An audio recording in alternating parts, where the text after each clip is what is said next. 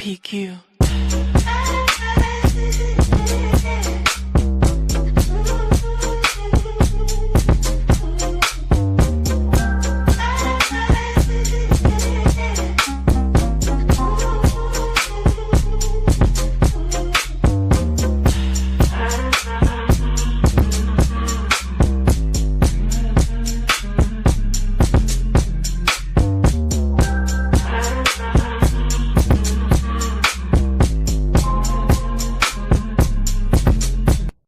PQ.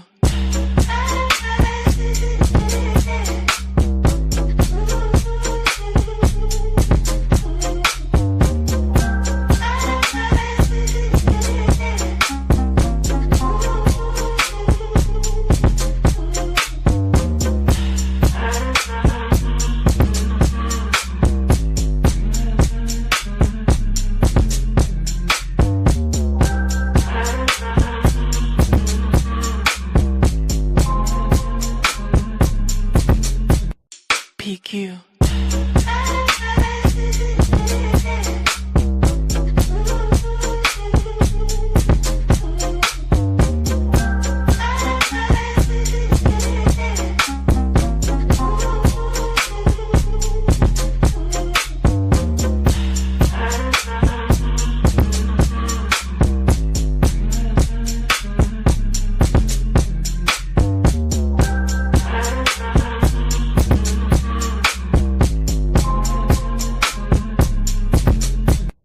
PQ. PQ.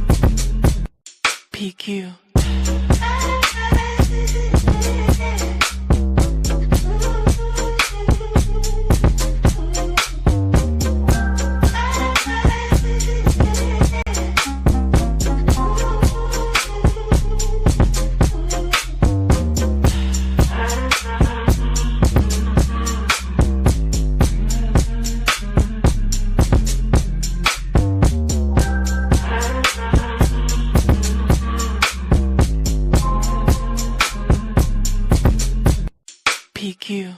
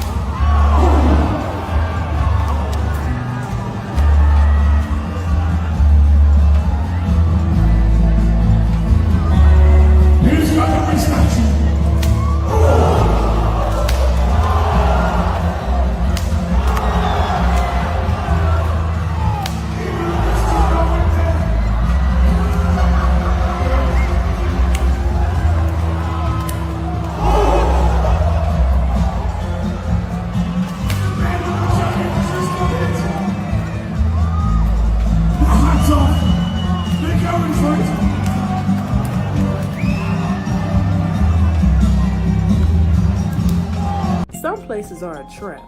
That's why it's boring there. There's nothing to do. They won't bring anything there, any resources. They won't bring any activities for the children. And people wonder why. I wonder why they won't bring this to the city. They can do this and do that. They won't do that because it's all set up for when the children get out of high school to go ahead and put them in the prison.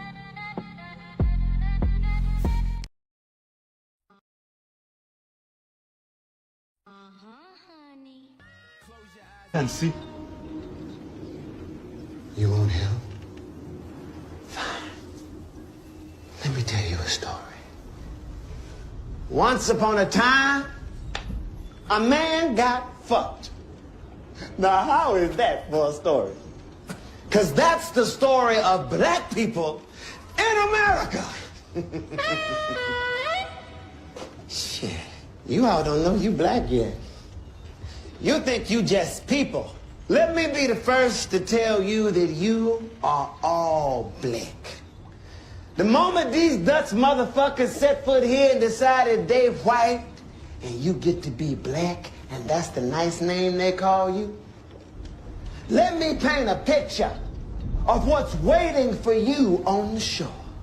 You arrive in America, land of opportunity, milk and honey, and guess what? You all get to be slaves, split up, sold off, and worked to death. The lucky ones get Sunday off to sleep and buck and make more slaves and all for what? For cotton, indigo, for a fucking purple shirt.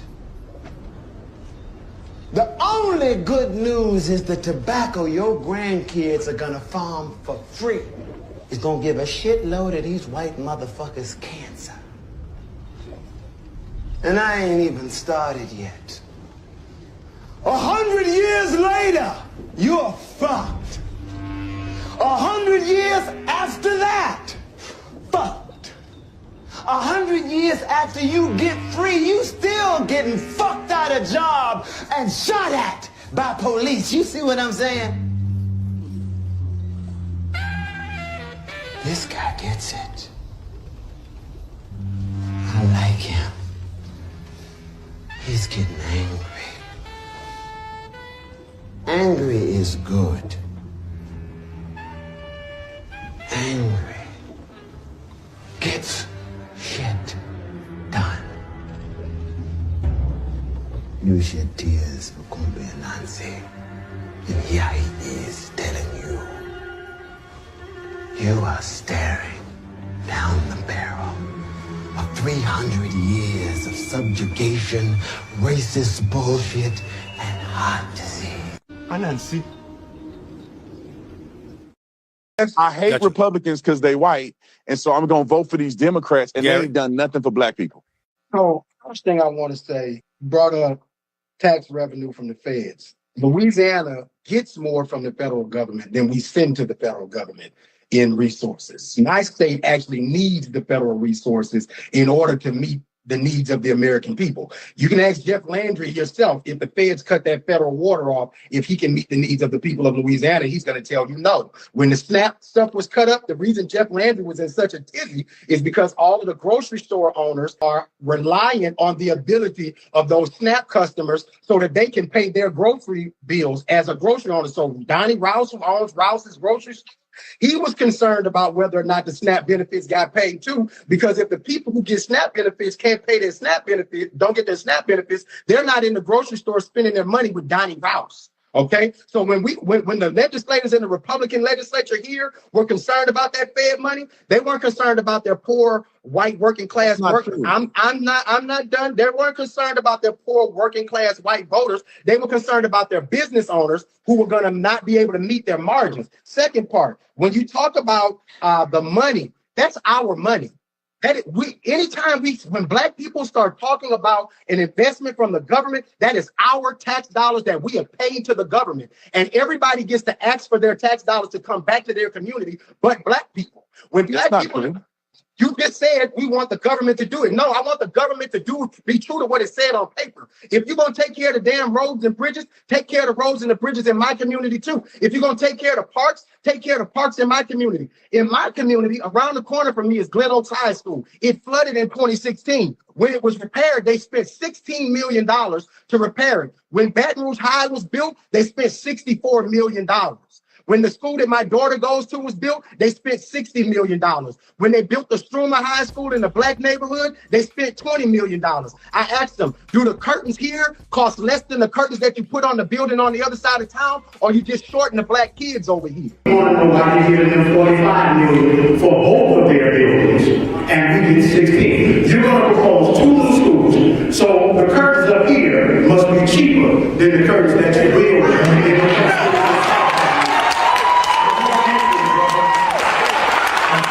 So when you talk about some of these things, I'm saying that black people who go to work every day, like my mom and daddy, who live in the same neighborhood I do across the street from me, who've been paying taxes in this community for 30 years, but every time they wake up, there's another resource leaving their community. And it's not at the hands of the black people that they voted for, it's at the hands of the white people who continue to deny the access to the black people because of race, a thing that you continue to deny as a factor. Is your city, is this thing is going to wind up as a white man against a colored man, and thank God we still have the majority. We will not be coerced into hiring any colored person, regardless of his qualifications, as a matter of duress or as a matter of expedience. When the Negro can prove to the white man that he can live like the white man, then we will accept them. And the only thing that scares me is the neighborhood all getting bad. And if we ever wanted to sell, naturally your house depreciation is the color get in. If they move in, the next step we have to accept is intermarriage. We can be sociable with them in work. We can get along with them and joke with them. Sure. But when we leave our job and close the door and we're on our way home, we want them to go in their direction and we can go in ours.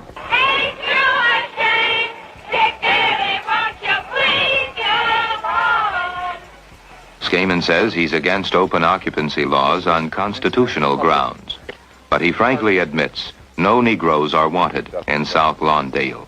Well, why basically, though, do these people not want the Negroes to come in? Well, it's not a fear of Negroes per se. It's a definite fear of anyone who would run down their neighborhood. Home is probably the most important thing to people of this basic ethnic background. These are primarily Bohemian, Polish people. Well, let's go and take a look at the adjacent neighborhood.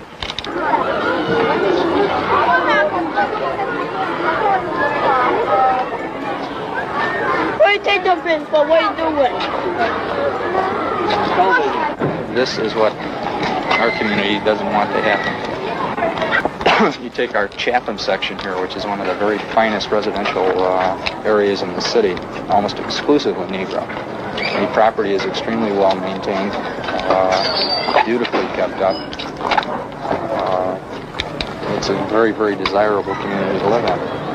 Why do they want to go into a white neighborhood? They don't. I mean, the city of Chicago builds them beautiful housing.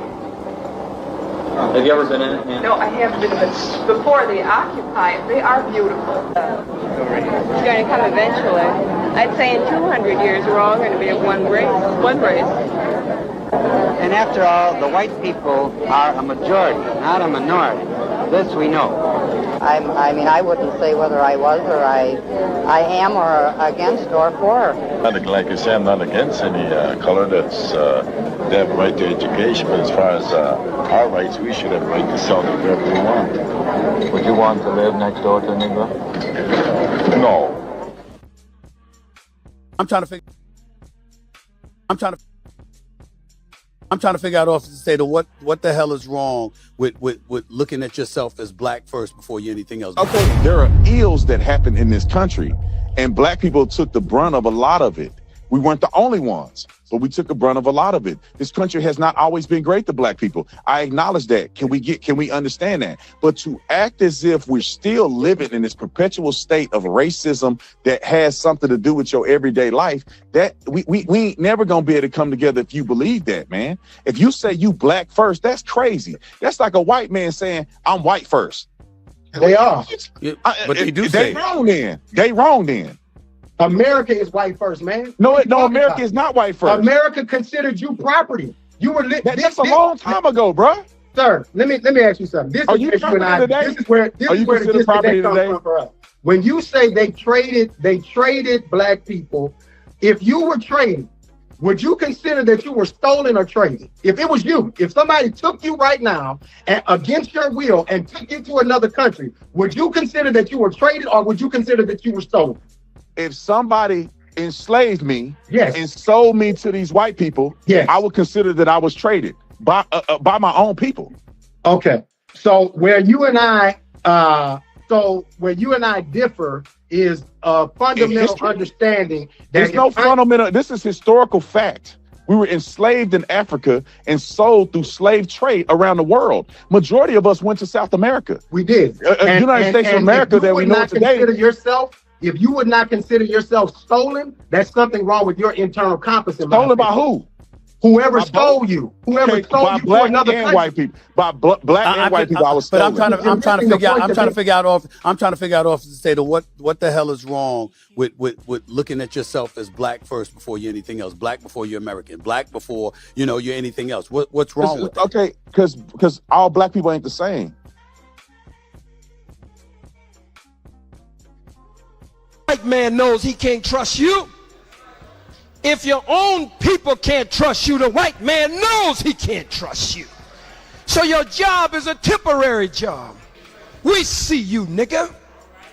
We see you.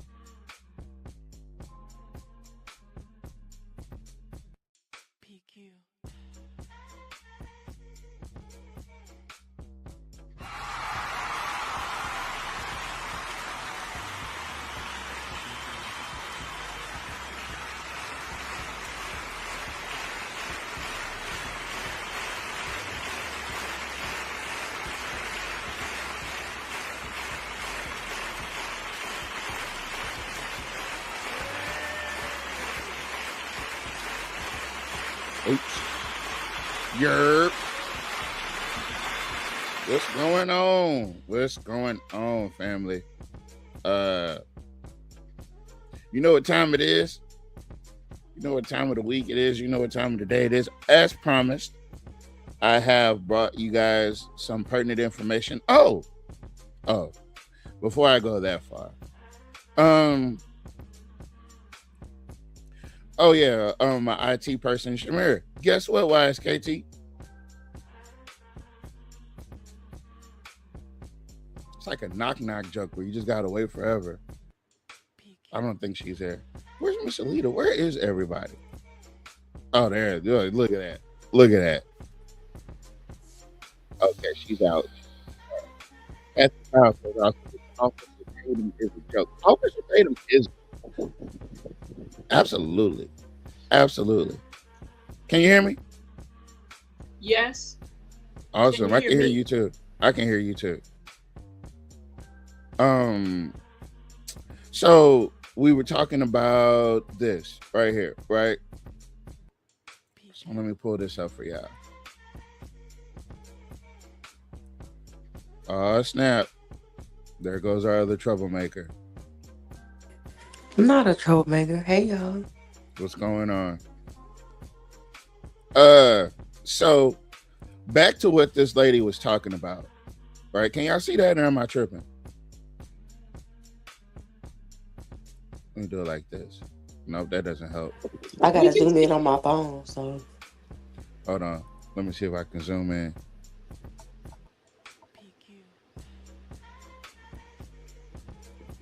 So I wanted to bring this up because this how you start the show?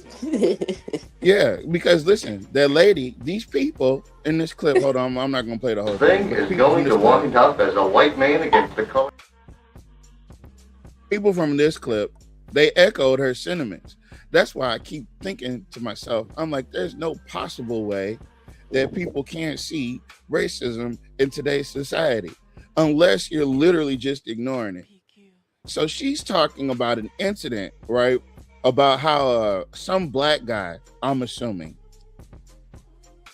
where's the lie? Look at what has happened in Alexandria this week. I was almost assaulted in my job. Now, mind you, right? There's no picture evidence. You went out. You gotta repeat what you said. Oh, my bad. There's no picture evidence. There's no physical evidence. There's no recording. We just have the tears, right? And her tears are all because she was almost assaulted in her driveway.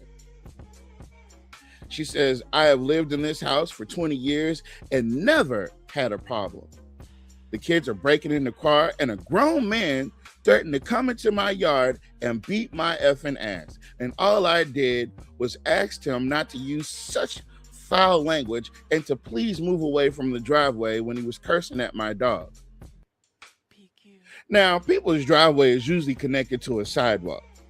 And sidewalks are typically public easement where everybody is allowed to be. So the fact that she thought that she could tell him where he could be and tell him what he could say, it appalled her that she couldn't. It made her feel unsafe that she wasn't able to control what somebody was saying and doing to her. She felt victimized, if you will. And she said, all I did was ask him not to use such foul language and to please move away from my driveway when he was cursing at my dog. A dog who was in my yard and not barking, but coming toward me because she's scared of people. I have never been talked to like that in my life. I love Alexandria and my neighborhood, but my husband and I are about ready to move to Pineville or Woodworth. Move to Woodworth. Don't come over here with that shit. Yeah. They want to be somewhere around less black folk. They want to be somewhere where they can control the people. I like Woodward, but I mean, it's quiet out there, and they don't play. Yeah, it's quiet and it's racist. Louisiana racist though, man. Pick your poison. I don't want to be poisoned. Can I? I don't want that. I don't want that for my kids. I don't want that for my future. You gotta be able to defend yourself, and that's it. I can't defend. I mean, you see this lady? You see this lady? She's upset because somebody cussed at her on the sidewalk. I can't defend myself against people like this. She's gonna cry. She's just one in a million. She's just one in a many that has the same attitude. They might not say it out loud, but there's a lot of them that feel this way. What we have to understand is your president has empowered and emboldened these people to bring back just what we just saw about Chicago in 1963. Did you hear? And I want you guys, and I said this before, and I want you guys to continue to pay attention to this. Just like the black woman is the stronger woman, the stronger gender when it comes to stuff like this, the white woman on that side is the stronger. If you notice, there was more women in that video, that clip, than it was men. They showed more women because women, white women, are just as racist, and they raise their children to be just as racist. That's where those young men that was on that video, that mindset came from. That's not daddy, that's mommy. Because you spend more time with your mom than you do your dad. Because, back then, mom didn't work. She stayed at home, had the baby, stayed in the kitchen. So she had a more influence over the child, how the child thinks, how the child moved, and everything. So you look at the white woman, and they've already said she's the threat to both black and, the black man and the black woman. It's not the man, it's the white female. She's the most of a threat. Now, if she would have called the police on him, he might have went to jail, and they said that he would be trespassing on her because she would fix it where she would say that he was trespassing. That's why my issue is you can't, let me say this. Let me get this out correctly because I don't want to make it sound like I'm not even going to say that. White women are dangerous to black and white men. Black women and black men. I'm just going to put it to you like that. They're dangerous. I don't care who it is. I don't care if your daughter, your son love them. I do not care. They're dangerous to us. And it's been proven over and over again in history that they're dangerous to us. You got to look at the people. Emmett Till. Let's start with Emmett Till. Let's talk about George Stinney, a 14-year-old who got electrocuted. He got put in the electric chair at 14 years old because they said he killed 2 white girls, which he did not do. White women are dangerous to us, but we keep on finding a way to make excuses and keep interacting with them. They're dangerous to us. That is not me trying to be militant, radical, none of that. I'm just telling, it's been proven. I don't have to keep saying it. It's been proven. They're dangerous. And that clip and any other clip that you show is going to show, mainly it's going to be the white woman that has a lot of problems with us. And it's because a lot of it is because they fear the raggedy ass people and the mediocre men that they deal with. So they are a danger to us. So I'm just putting it out there. Jeez. I'm going back on mute. Jeez. That's why my son already knows the rules. He will get cut off. Period. Yeah. Listen. That she said ain't no Anna Nicole Smith's over there. Anna Nicole Smith. I thought she married an old white man. It doesn't matter. Hey, listen. Nat Turner said you're scaring me. Listen, I want to put y'all on a statistic, and I know this is a one-off, and that this has absolutely zero to do with what the topic is. Did you guys know that white men lead in suicides? In suicide, they kill themselves. I almost thought I was on TikTok for a second. They kill themselves at the highest rate. They said the most dangerous place in America for a white man to be is alone with a gun. That level of mediocrity, to the point where, because you couldn't maximize your mediocrity, you couldn't maximize your mediocrity, it results in a suicide. Like, come on, guys. Right? And it's not, and I'm not even saying it to be facetious. I'm saying it because, like, the nerve to be racist and to be suicidal. Insanity.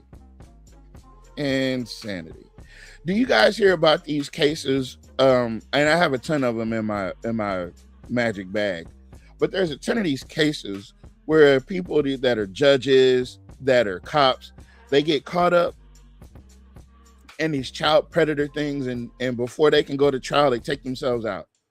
You know, this the filth you're involved in. That's why it's good.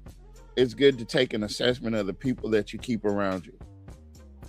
Even the black folks, because some of these black folks could be Officer Tatum. You know what I mean?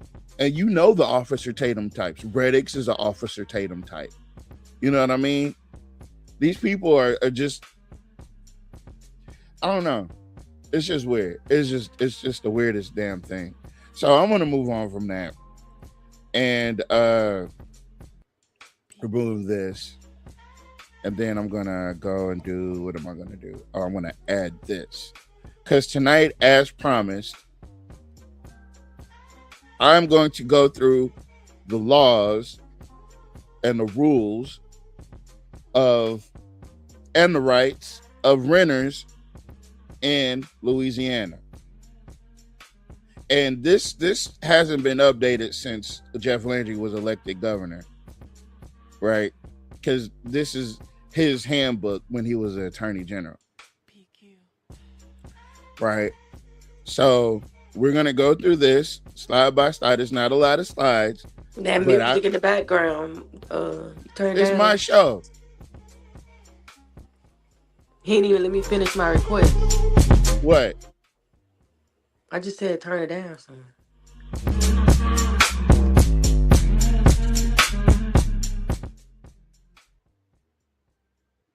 Okay.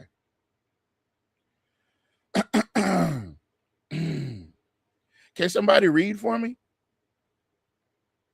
Who the hell you think you are? I'm not reading nothing. I read enough in your mama class. Oh, well, next slide. Mind you, guys, if you have I knew any you was questions, going to say that, Shamir. I knew you was going to say that. I knew it. if you guys have any, I had to. you guys got any, oh, let's say maximize. Okay. If you guys have any questions, please feel free to ask them in the chat. All right. I can't read this shit. Oh, and this is my new recommendation. Please watch us on full screen. Please watch us on full screen. That's the best way to watch this show, is on full screen. Man, boy, they be loving to quote Dr. Martin Luther King. And I had a clip, but it was only 30 seconds long. But I don't want to. It's not that good. All right. It's a message from Attorney General then, Jeff Landry. As your Attorney General, I am. You can see it. Huh? You can see it. No, I'm just reading it off the actual. I'm reading off the actual website. Well, what did you want me to read? Nothing. I see the. Oh, I didn't think you was gonna read. I was gonna read it for you. I can't zoom in neither. Okay, but okay. Don't worry about it. A message from Attorney General Jeff Landry. Okay. As your Attorney General, I am committed to ensuring that Louisiana Department of Justice serves all of our state's people. Dr. Martin Luther King Jr. most eloquently said, "Injustice anywhere is a threat to justice everywhere." This is especially true with your rights to live where you choose. Fair housing should never be denied to any person because of race, color, national origin, religion, sex, let's say Familial. with the what? Status, or family handicap. status. Yeah. My office will enforce the law and ensure justice is served. I hope you find this brochure helpful as it answers some of the most common questions from landlords and tenants. If you would like more information, please do not hesitate to contact my office. Our state is great because all of its people have a right to life, liberty, and the pursuit of happiness, like that movie. And as your Attorney General, I will do all that I can to make Louisiana an even better place to live, work, and raise a family. Sincerely, Jeff Landry. That is so sweet. You're such a good guy. So inside, the deposit, the lease, obligations, problems with the property, other deposits, vacating the premises, evictions, military termination rights, fair housing, resources, and footnotes. All right. So just know, before we hit the end of the show, I will try to touch all these topics. Before you sign the dotted line, you need to read, know, and understand what you're signing. When you sign something, it may legally obligate you. So they go through the steps of what a deposit. When a landlord agrees to reserve rental property, the landlord will probably ask the tenant for a deposit. This transaction obligates the tenant to occupy the property on the agreed date, and it obligates the landlord to have the property fit for occupancy on the agreed date. If the tenant fails to occupy the property on the agreed date, the tenant could lose the deposit and may be liable for damages. If the landlord fails to fulfill his obligation, the landlord would have to refund the deposit and may be liable for damages. Security damages deposit. A security or damage deposit may be required by the landlord to satisfy non-payment of rent or any other default, including physical damages to the property. The landlord may keep the deposit for such defaults. However, normal wear and tear is not deductible. If the deposit is not enough to cover all damages, the tenant may be held responsible for additional damages. Inspection and checklist. Before putting down a deposit on the property, the tenant should inspect the property for any visible defects, damages, or missing items. When the tenant signs an agreement to lease the property, the landlord and the tenant should agree on what problems are to be corrected before the tenant moves in. So there's a checklist, right? The landlord-tenant checklist. Please stop, snap a picture. Oh, wait. So I know this new trick, right? Clip this. Yeah, see, when I say clip this, well, I'm gonna stop saying clip this. Clip this. The landlord tenant checklist Yeah, should this look. thing, excuse me, this Right. thing is usually given to people when you move, in and out, of your rental property, Mm-hmm. either your rental house or apartment. I've had it every single time. And to be honest with you, do they do anything about it? No. But make sure when you write it down, you take a picture of it too. That way they can't say, oh, you never returned it, anything like that. I don't play them games. And make sure you make copies of your money orders because, a lot of these, rental places only, take money orders. Or you pay online and you got to pay extra fee. You know what I'm saying? So I just wanted to say that. Yeah. The main reason is because this is the very beginning of the paper trail. And you're right. Write these things down, go room to room, write these things down, take a picture of it as well. Because pictures have timestamps. Right? So everything needs to be legally, and if you're not a renter, or if you're a landlord, if you're a slumlord and you're watching this, I need you to be aware that not a slumlord. Yeah, there's a ton of them in Alexandria. There's a ton I of know slumlords. it. Yeah, I know it. so they need to know how, like, the main way that people are going to start combating your slumlordedness, because there's some things that are going to affect them even after moving, right? The kitchen disposal, all these things, everything, tenant signature. And look, the landlord has to also sign, right? And that lets you know that the landlord is also acknowledging, you know what I'm saying? Some landlords offer a pre-printed checklist for nothing, for noting any existing faults present before occupancy. If a checklist is not provided, the tenant may write one and make 2 copies, one for the landlord and one for the tenant. The checklist should be signed by both the tenant and landlord to prevent future disputes.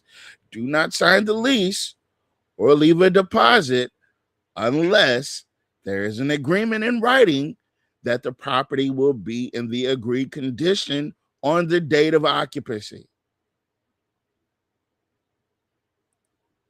Get it in writing. It is strongly recommended that all lease agreements be in writing. Know your rights and responsibilities under the lease. A lease is an agreement which legally binds both the landlord and the tenant to the terms for a specified period of time. The lease may be oral or written. However, oral agreements may be impossible to prove in court should a dispute arise. Stop letting these people tell you anything, because their job is to get you in that place so they can start collecting. The terms and automatic renewal clauses. The terms and conditions of the lease are usually regulated by the lease agreement. Fixed term lease. The duration of the lease may be agreed upon by both the landlord and the tenant for a fixed period of time. A fixed term lease usually runs for a year, but can be any time period stipulated in the agreement, not to exceed 99 years.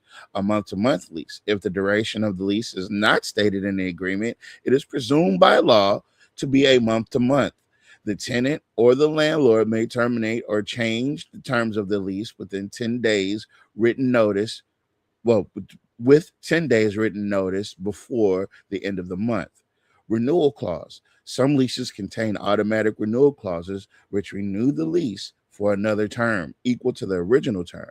For example, if the tenant has a 1-year lease that expires on December 31st, the lease will automatically renew for a full year with the same terms. Either the tenant or the landlord can avoid automatic renewal by giving written notice to his or her intent to vacate. Most leases require written notice to termination at least 30 days prior to current lease's expiration. Terms and automatic renewal clauses. Continued.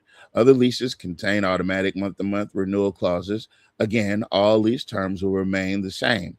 Any alteration to these terms i.e. changes in the amount of rent, termination of the lease, etc., must be made with the proper notice as provided for in the lease.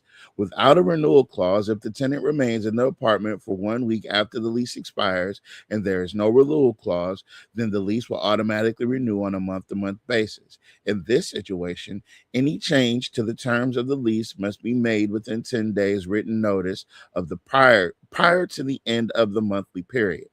Co-signing a lease. Tenants can co-sign a lease with a roommate or roommates. In this case, either both the tenants can be held responsible for the entire rent, damages, or other breach of agreement. Therefore, if a roommate moves out or causes damage to the apartment, the remaining roommate can be held responsible for all the damages. Non-payment of rent. Some lease agreements allow for the landlord to charge a fee for the late payments for rent. Late fees cannot be charged unless they are provided in the lease agreement. If no lease exists, fees cannot be charged unless they are agreed upon orally. The law sets no specific amount for late fees. However, unreasonably high fees can be contested. Special rules governing the lease. A tenant should ask the landlord about the written rules governing the conduct of the tenant and his or her guest. Before signing the lease, the tenant should request a copy of the rules and study them carefully. The death of either the landlord or the tenant does not dissolve the lease agreement. The lease is to be continued by both the landlord and the tenant's respective heirs. Well, bound by, damn. yeah, listen, even in perpetuity. That's crazy. The destruction of the property without fault or either landlord or the tenant does not terminate the lease. Yeah. What am I supposed to do? Obligations. It is important for the landlord and the tenant to know their obligations under the terms of the lease. I hope you guys are listening. Share this out right now. If you know people that are going through this, let me tell you what happens after you're in the lease, right? These are your obligations on both the landlord's part and the tenant's part.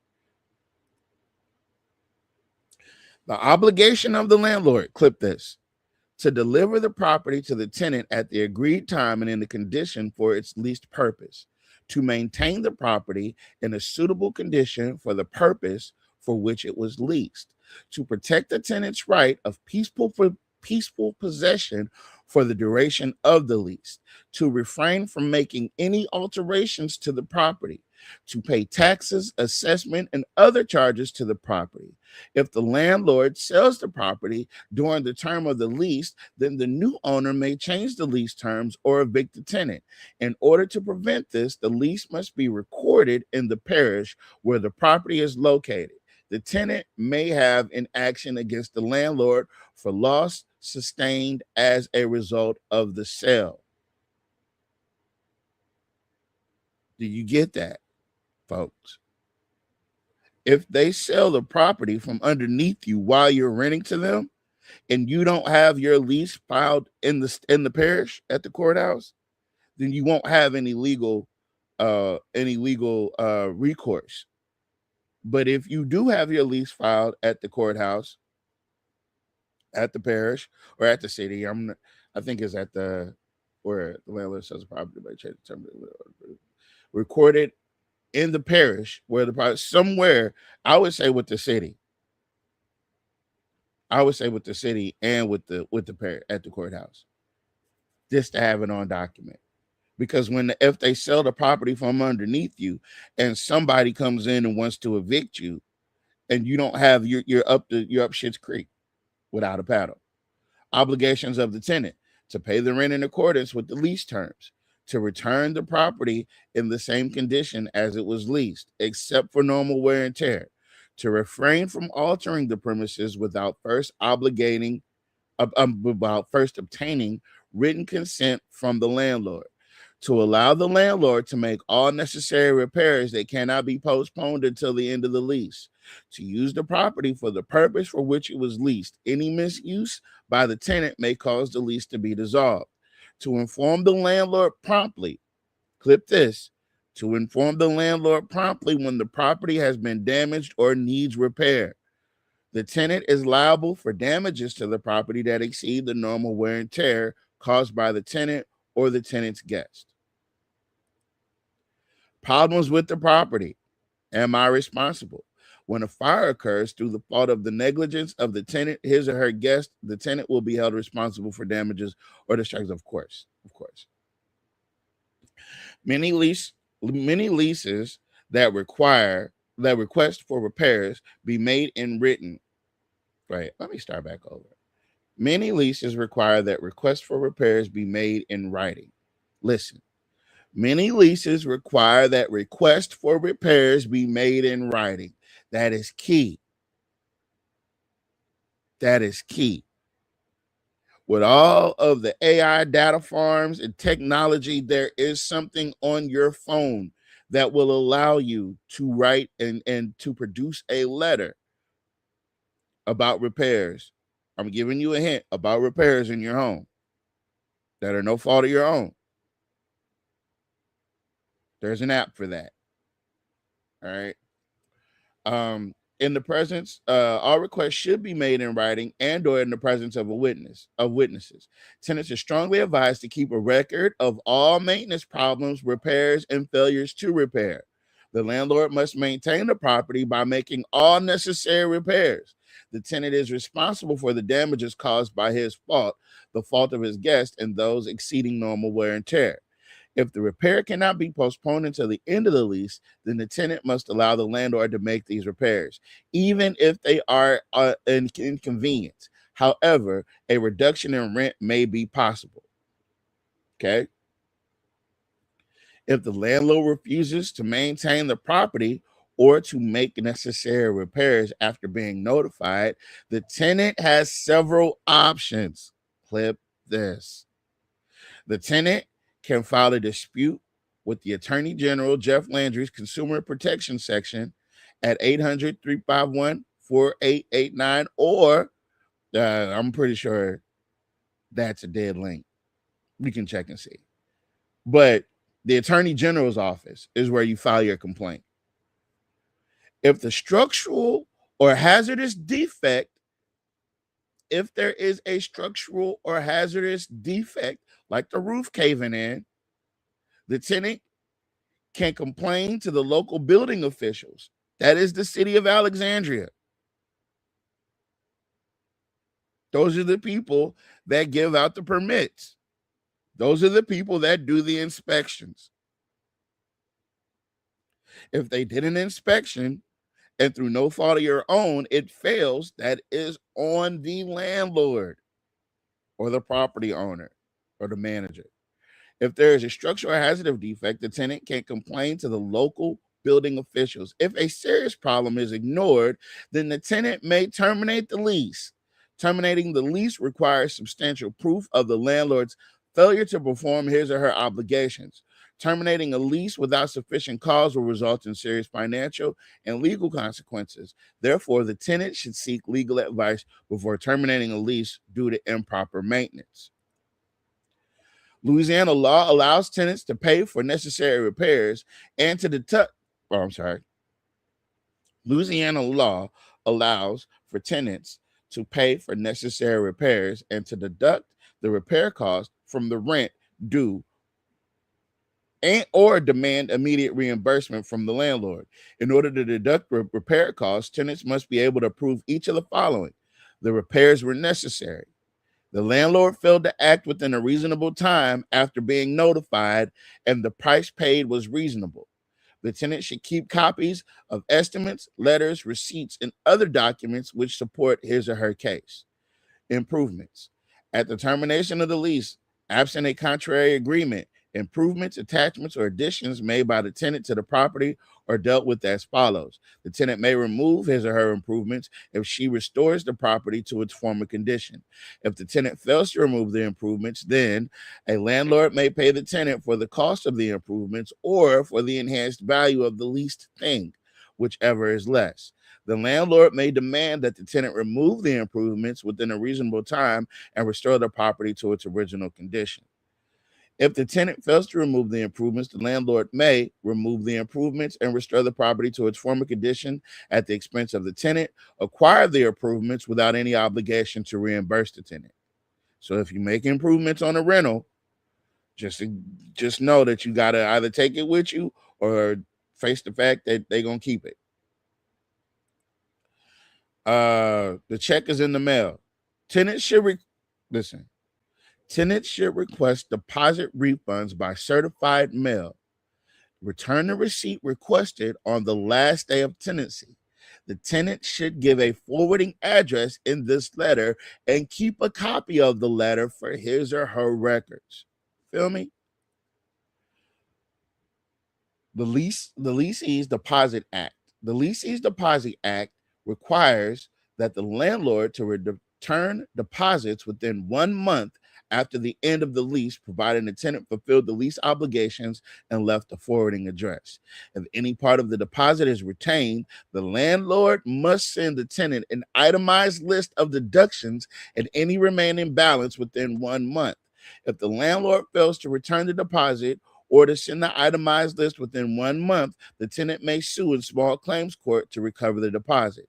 If the landlord fails to account for the deposit within 30 days of the tenant's written request for a refund, then the law allows that the tenant recover actual damages. The amount of the damages made, or $200, whichever is greater. The judge may also award the court costs and attorney fees to the person who wins the suit. The law does not permit the tenant to give up or waive this right in a lease. Pet deposits. Pets may or may not be permitted under the terms of the lease. However, most leases that allow pets require a tenant to pay a deposit for damages caused by the pet. Money held as a pet deposit is recoverable under the Lessee's Deposit Act. Money held as a pet fee or charge is not covered by the Act and may or may not be recoverable according to the terms of the lease. Tenants should apply for refunds of pet deposits in writing on the final day of occupancy, the same way they will request a security or damages deposit. Vacating the premises. On your way out, upon moving out, the tenant should return the keys to the landlord, leave a forwarding address, and mail a certified letter requesting a refund of the security deposit. Moving out, the tenant must give proper written notice of his or her intent to vacate the property in accordance with the provisions of the lease. If there is a month-to-month lease, then the tenant must give written notice of intent to vacate at least 10 days prior to the last day of the month for which the rent was paid. Final cleaning and repair. If there is no clause in the lease which requires specific cleaning, then the tenant must return the property in the same condition and in which it was rented, allowing for normal wear and tear. If the tenant fails to do so, all or part of the deposit may be withheld. If the property is not cleaned, the landlord may deduct all of the part of the deposit, all of the cleaning charges from the deposit. Clauses in the lease that automatically deduct for cleaning regardless of the property's condition may be invalid. So if they try to write it into the lease that they're going to keep the deposit for cleaning, irregardless of the condition of how you left it, that's not valid. Final inspection. During the final week of occupancy, the landlord should inspect the property. If the landlord refuses to perform the inspection, the tenant should have witnessed inspection and or photograph the property and prepare a written statement for the apartment's condition. The tenant should date and sign the statement and have it witnessed. Get out. When the lease was signed, the tenant may have waived the 5-day notice to vacate requirement. Many standard lease forms contain a waiver of notice clause. Check the lease to find out whether it contains a waiver of notice to vacate. Proper eviction procedures. Clip this. Proper procedure must be followed. When the tenant breaches the lease agreement, i.e. fails to pay rent, the landlord must first deliver a written notice to vacate to the tenant. The notice gives the tenant 5 days, not counting the weekends or holidays, to vacate. If the tenant is not at home when the notice is given, then the notice may be posted on the door of the leased property. This has the same effect as delivering the notice to the tenant. If a tenant fails to vacate within 5 days of the notice, the landlord will begin eviction proceedings by filing a petition with the Justice of the Peace or City Court. The eviction trial will be heard 3 days after the tenant has been served. The tenant will then have to appear in court and state why he or she should not be ordered to vacate the property. If the Justice of the Peace finds the landlord entitled to evict the tenant, or if the tenant fails to appear at the trial, the court will rule in favor of the landlord. The tenant will be ordered to vacate the property within 24 hours. That's how a lot of these things happen. We don't show up. Once they get those notices and we don't show up, these courts are going to automatically side with the landlord, right or wrong. Proper eviction procedures continue. If the tenant fails to vacate the premises within 24 hours after the landlord is granted judgment of eviction, then the court must issue a warrant commanding the local sheriff, constable, or marshal to seize the leased property, remove the non-complying tenant, and return possessions of the leased thing to the landlord. Though not absolutely necessary, you may wish to have an attorney represent you at an eviction proceeding. An attorney is recommended if you believe you have legally valid reasons to contest the eviction and or wish to preserve your rights to appeal the judge's or the justice's decision. A tenant who has appeared at the trial and has argued a defense can file a suspensive appeal. In addition, an appeal bond must be applied for and filed within 24 hours of judgment of eviction. A landlord cannot legally evict a tenant without this procedure. If the landlord locks a tenant out of the leased property, puts a tenant's possession on the street, or otherwise takes law into their own hands, the landlord may be liable for damages for wrongful eviction. A landlord may file a separate suit to collect past due rent and may seize personal items such as furniture and appliances found in the property. If the landlord is unable to locate the tenant, the court has a procedure which will still allow the landlord to get a judgment against the former tenant. The landlord may get a court order to seize personal property in the property without posting a bond or other security. If this happens, it is probably best to consult an attorney. If the landlord does not follow proper legal procedures, the tenant may be entitled to damages. All right. Military termination and rights. Know your rights. If you're in the military, you have the right under current law regarding your rental agreement. I don't know that people particularly have this issue. Basically, you can screenshot this. That's not the meat and potatoes of what we're getting into.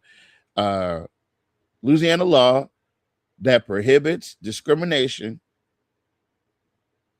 in housing and related activities because of race, color, national origin, gender, religion, handicap, or familial status.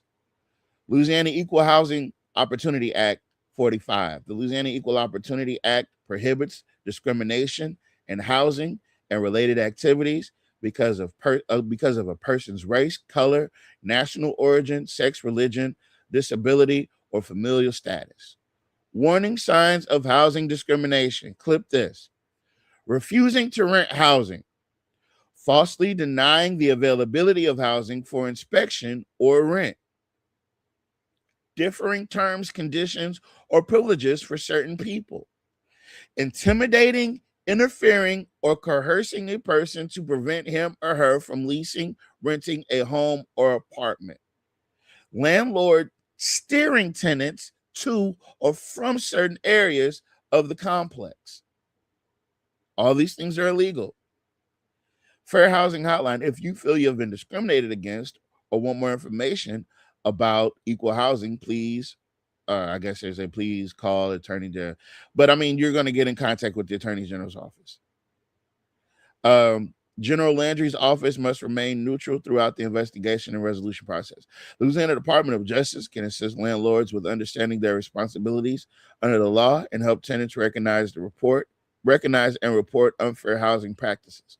Free education is provided through fair housing seminars to the public. These are your resources. Screenshot that. And these are all the footnotes. Blah, blah, blah, blah, blah. All right. All right, guys. Look, that was fairly easy, fairly simple. It was, you know what I mean? Hold on. Put us all back on the screen because I feel uncomfortable. Hold on. Wait. Where we go? There we go. All right. So, we did it, guys. That's what I was looking for. We did it, guys. What's the other one? It's the F download this one. That's the Michael Jackson.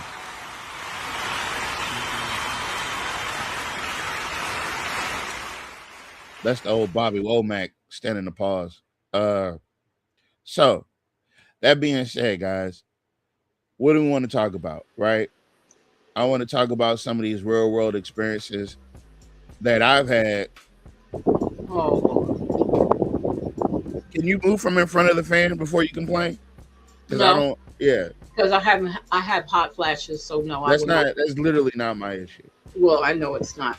But look, okay, so not talking about your experiences because really I don't care about your experiences, but the ideal is I'm hoping the right people were listening to this show, because what you just did was monumental. Because as you know, when we were with Sinlaw Housing, these type of situations kept coming up, and we kept telling people, are you reading your lease? Are you keeping a copy of your lease?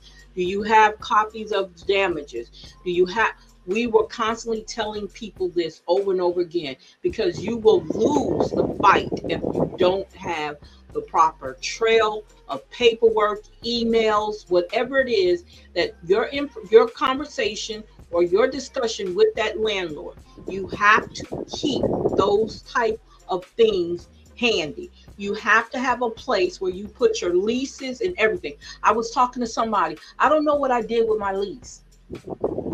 So you're asking a question, you don't even have your lease. So if you don't have your lease and you want us to argue your case, it is not going to help us because we have no proof of your lease. It keeps going out. Every time the fan hits the microphone, you go out. Okay, I'm sorry. Let me take it off of oscillating. Now, okay. Off of what? No, nothing. What was the word? So, it's called oscillating. It's oscillating, ma'am. It's oscillating. It's what I want to it's not. It says oscillate. Okay. Thank you for correcting me. So anyway, so if you don't have copies of your lease, either in a safe, in a drawer where you put all your other pertinent paperwork with your birth certificates, with your social security cards, with your passport, all of that goes into an important place. And no matter what's going on, because lots of times there's a lot of chaos when stuff like this is happening, but make sure you have a place where you're putting all your important papers. Put it in a Google Drive. I take a picture of my lease. Yes, that's right. That's a good idea. I scan my lease into my phone. Yes. Right? That's and a good I put it in my lease saved in my phone. Yeah, I don't play them. But everybody doesn't have that privilege. So yeah, they do. Everybody's got phones. Oh gosh, just let me talk to the people who probably don't know, please. Thank you. If they're watching this, they got a phone. Okay. Anyway, so if you have the paperwork, I'm old school too, so I have both. I have paperwork, and then it's best that if you want to scan it and keep it on your phone, that's great too. And you can get on any computer and pull it up in Google anyway. Either way it goes. You can print it out if it's on your phone. So you can definitely do that. So what we kept coming into was people not having a copy of their lease. People quickly signing and not understanding what they're signing. People who just, I just need a place to stay. And they don't care what it looks like and how it looks. And they move in and then they start having these issues. And you already signed the lease and you didn't read the lease. Those are the type of problems we come face to face with, and we're trying to fight for you, but you don't have everything together. I'm not saying this in a negative way. I'm just trying to tell you guys how important it is to have your paperwork together. The ideal of filing your lease, I didn't know that. That was something new. That is a great ideal to do. File your lease with either the city or even with the parish. I would follow with both of them. And so if anything was to go down, they have a copy of your lease. You can get that copy and go from there with that. But definitely have a copy of your lease. That is a very important piece of paperwork. It's almost as important as your social security card and your birth certificate, especially when you want to keep a roof over your head, especially for you and your family. So this is so important. I'm so glad you did this, Tavares, and it was very informative. I'm sitting here like I never read it before, and I was very intrigued with a lot of this stuff. We have Can people went without a lease? No, it's not legally binding without a lease. That's right. I would never do that. I would never put myself in that position. You know why? Because if anything happens in that house, you're totally responsible for it. Yeah. And they were talking about having an oral agreement. Don't go for the oral agreement. Don't Don't ever go for No, order. everything needs to be written. Be in writing. Yeah, everything needs to be written down. And if it's like, all right, so the thing is, I do want to touch on some personal experiences, and not just me as the Housing Alliance president, because there was a lot of cases. It was a house on King's Court over there down 3rd off Willow Glen, where the young lady literally had mold growing in her house. Literally, she had mold growing in her house. And did you know that the landlord, let me tell you about this dirty ass city of Alexandria. So the landlord wanted her to get out, right? He didn't want to make right what was going on. Her kids were getting sick. She was getting sick. This was literally an unlivable, it was literally, oh, hold on. I need to get into that. I forgot about that part. All right. So, let me share this tab instead. So, this is some of the things, right? This quick AI overview, and there is, right? It says the Louisiana Department of Health. So, Louisiana tenants have key rights regarding habitability, security deposits, and an eviction process. Though state laws heavily favor landlords on rent control and fees, for official state guidelines and assistance, you can visit louisianalawhelp.org. Repairs and livability. A habitable home. You have the right to a safe, clean place with working water, electricity, and a secure structure. That is your right.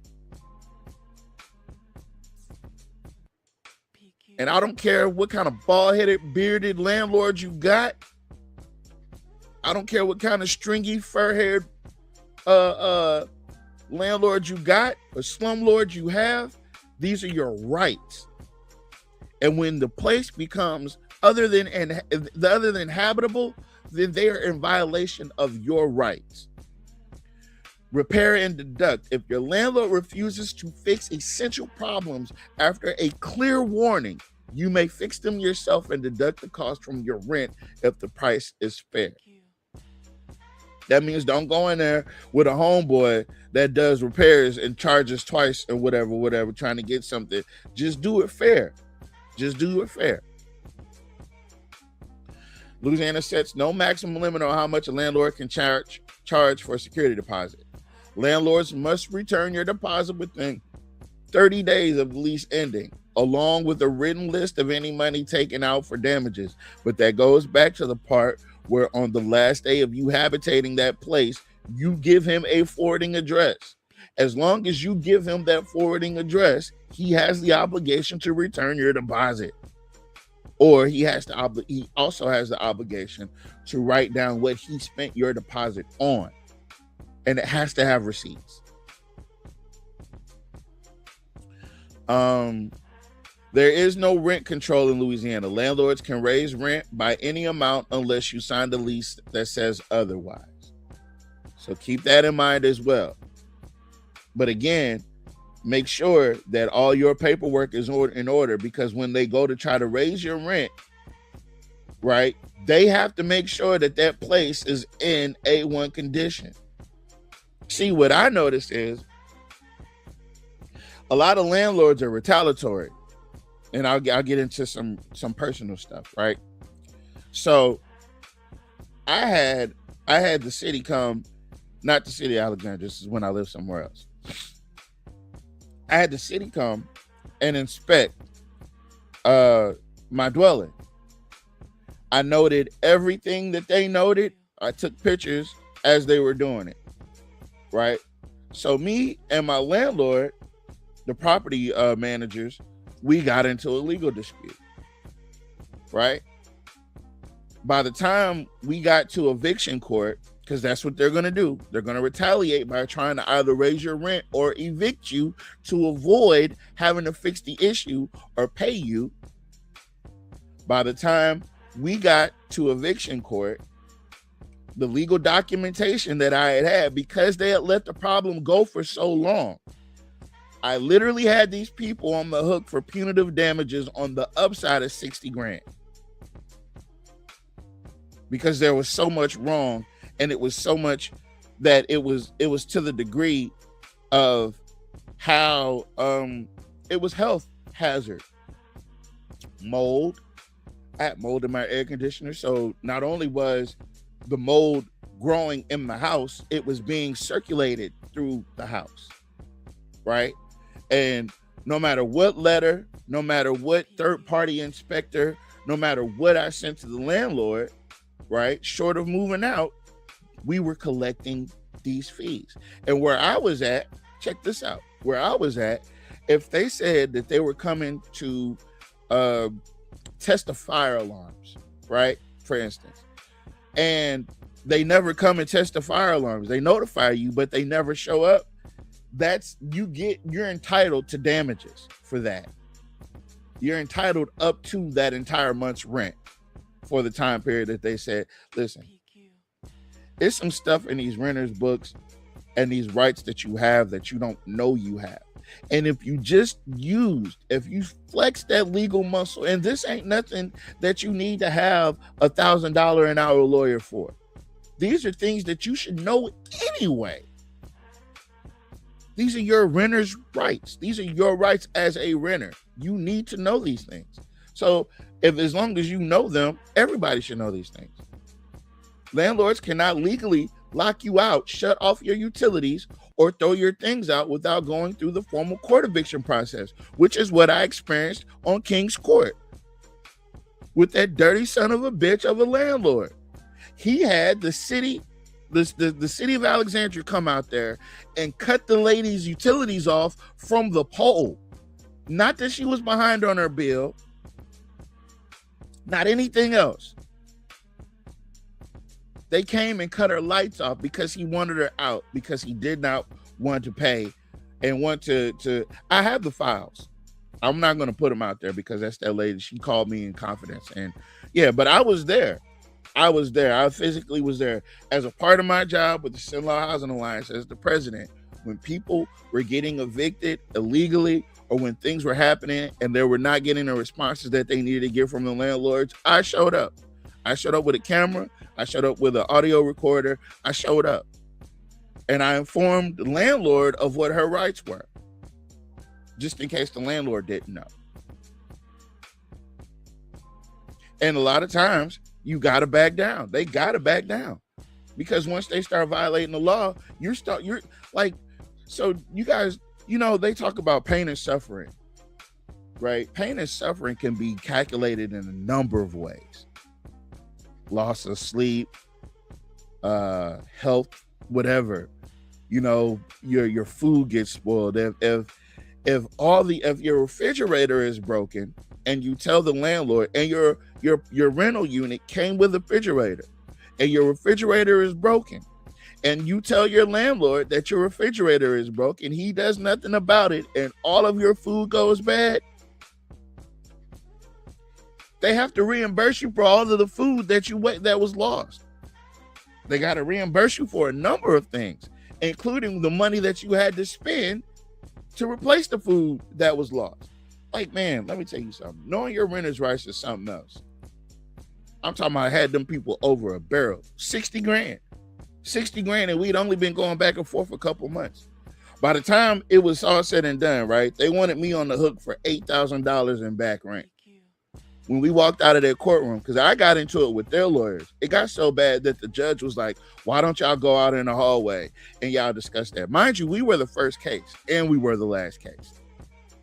So he had us go out there, and me and the property manager and their lawyer and all my paperwork, we went back and forth for 3 or 4 hours, to the point where when we came back in there, they agreed to yeah,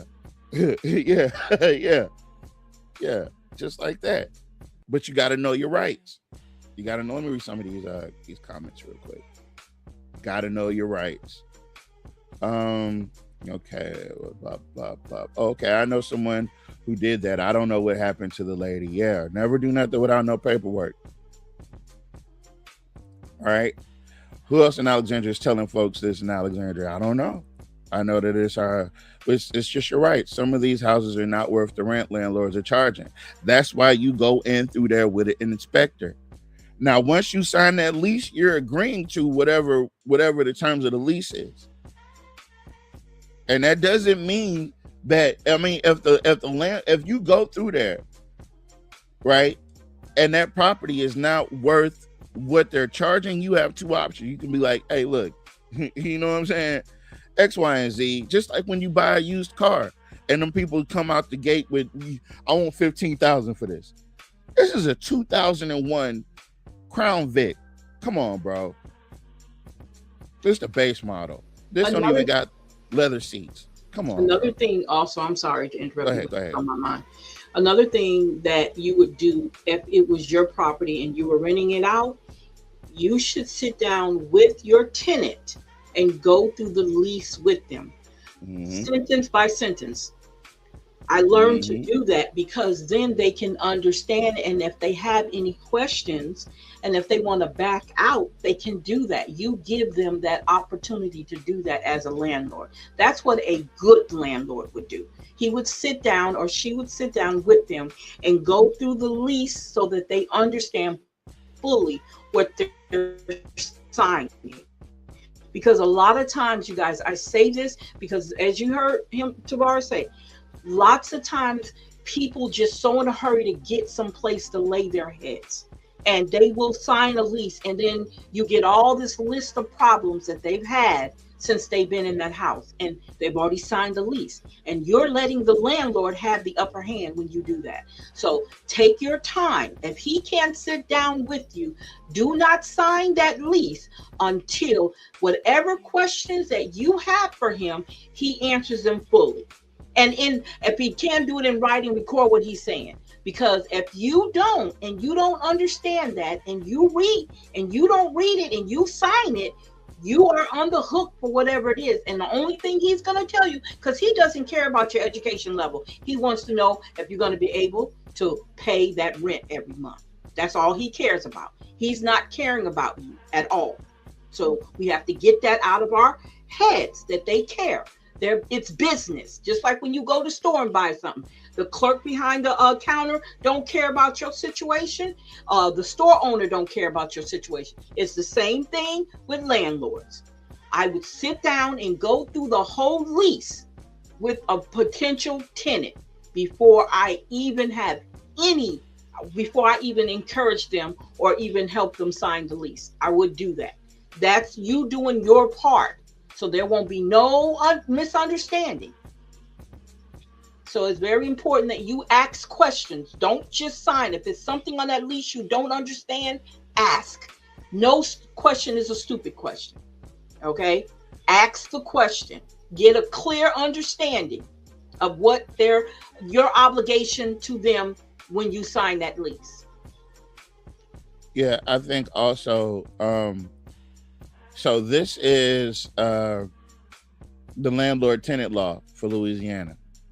So what I did tonight was just kind of like a broad stroke overview, right? What we're going to get into on the next episode, on the part 2 of this, is we're going to talk about landlord-tenant laws. Sounds like how them white folks stole black people land on Bayou Rapids. Damn. He said, what about the landlords that be wanting sex instead of rent money? If it's not in the lease, then I wouldn't go with it. That's right. You wouldn't get it if it's not in the lease. Yeah. If that's not a payment, if that's not a reference of pay, I wouldn't. I'm sorry. We gotta put a dollar amount on this shit. You know what I mean? No, let's stop that. No, that's so dangerous for anybody to even I wouldn't even encourage no woman or no man to do no crazy stuff like that. Pay your rent. How about that? Just pay your rent. So again, the law is in your favor. You just have to know how to utilize it. And there's things that they cannot do to you. Absolutely cannot do to you. And you have to know your rights. Like I said, I should have pushed a little bit harder, but you know, the main focus was for them to, I wanted to be made whole. And that was my whole argument. I wanted to be made whole because I felt like they had violated my rights. Again, they did. They violated my rights as a tenant. They did not fulfill their end of the lease. And they also wanted to hold me liable and responsible for payments after the notification and inspections from third parties, letting them know what was wrong and how bad it was. But you know, they would have got their way, but you got to fight. You know what I'm saying? You got to show up to those hearings, those eviction hearings, and you got to be prepared. You got to have all your paperwork in order. And I hate that we can't be as active as we used to be, but the best thing that I can do, the next best thing I can do is inform you. Now you can hit me up in my inbox and I can kind of give you some directions of how to, you know, which way to go about it, but don't hit me up unless your paperwork is in order. I can't help you without the paperwork being in order. We can't help you without the paperwork being in order. If you don't have pictures, if you don't have, you know what I'm saying, witnesses, if you don't have actual statements, if you don't have receipts, then I can't do anything. I can't, you're on the downside of the battle. You know what I mean? They're going to get you. They're going to find some type of loophole. And a lot of these people, a lot of these landlords have been evicting people for years. And they've gotten quite chummy with these judges, and these judges know them well. Mm-hmm. And they will side with them, and you will lose. And they will come and they will try to embarrass you and put your shit out and try to handle you bad, even though the landlord was a slumlord. Because they've been doing it for so long. They've been doing it together for so long. Mm-hmm. Wait, what did he say? Last time we got involved, Selena McCall almost went to jail. No, she wasn't going to jail that day.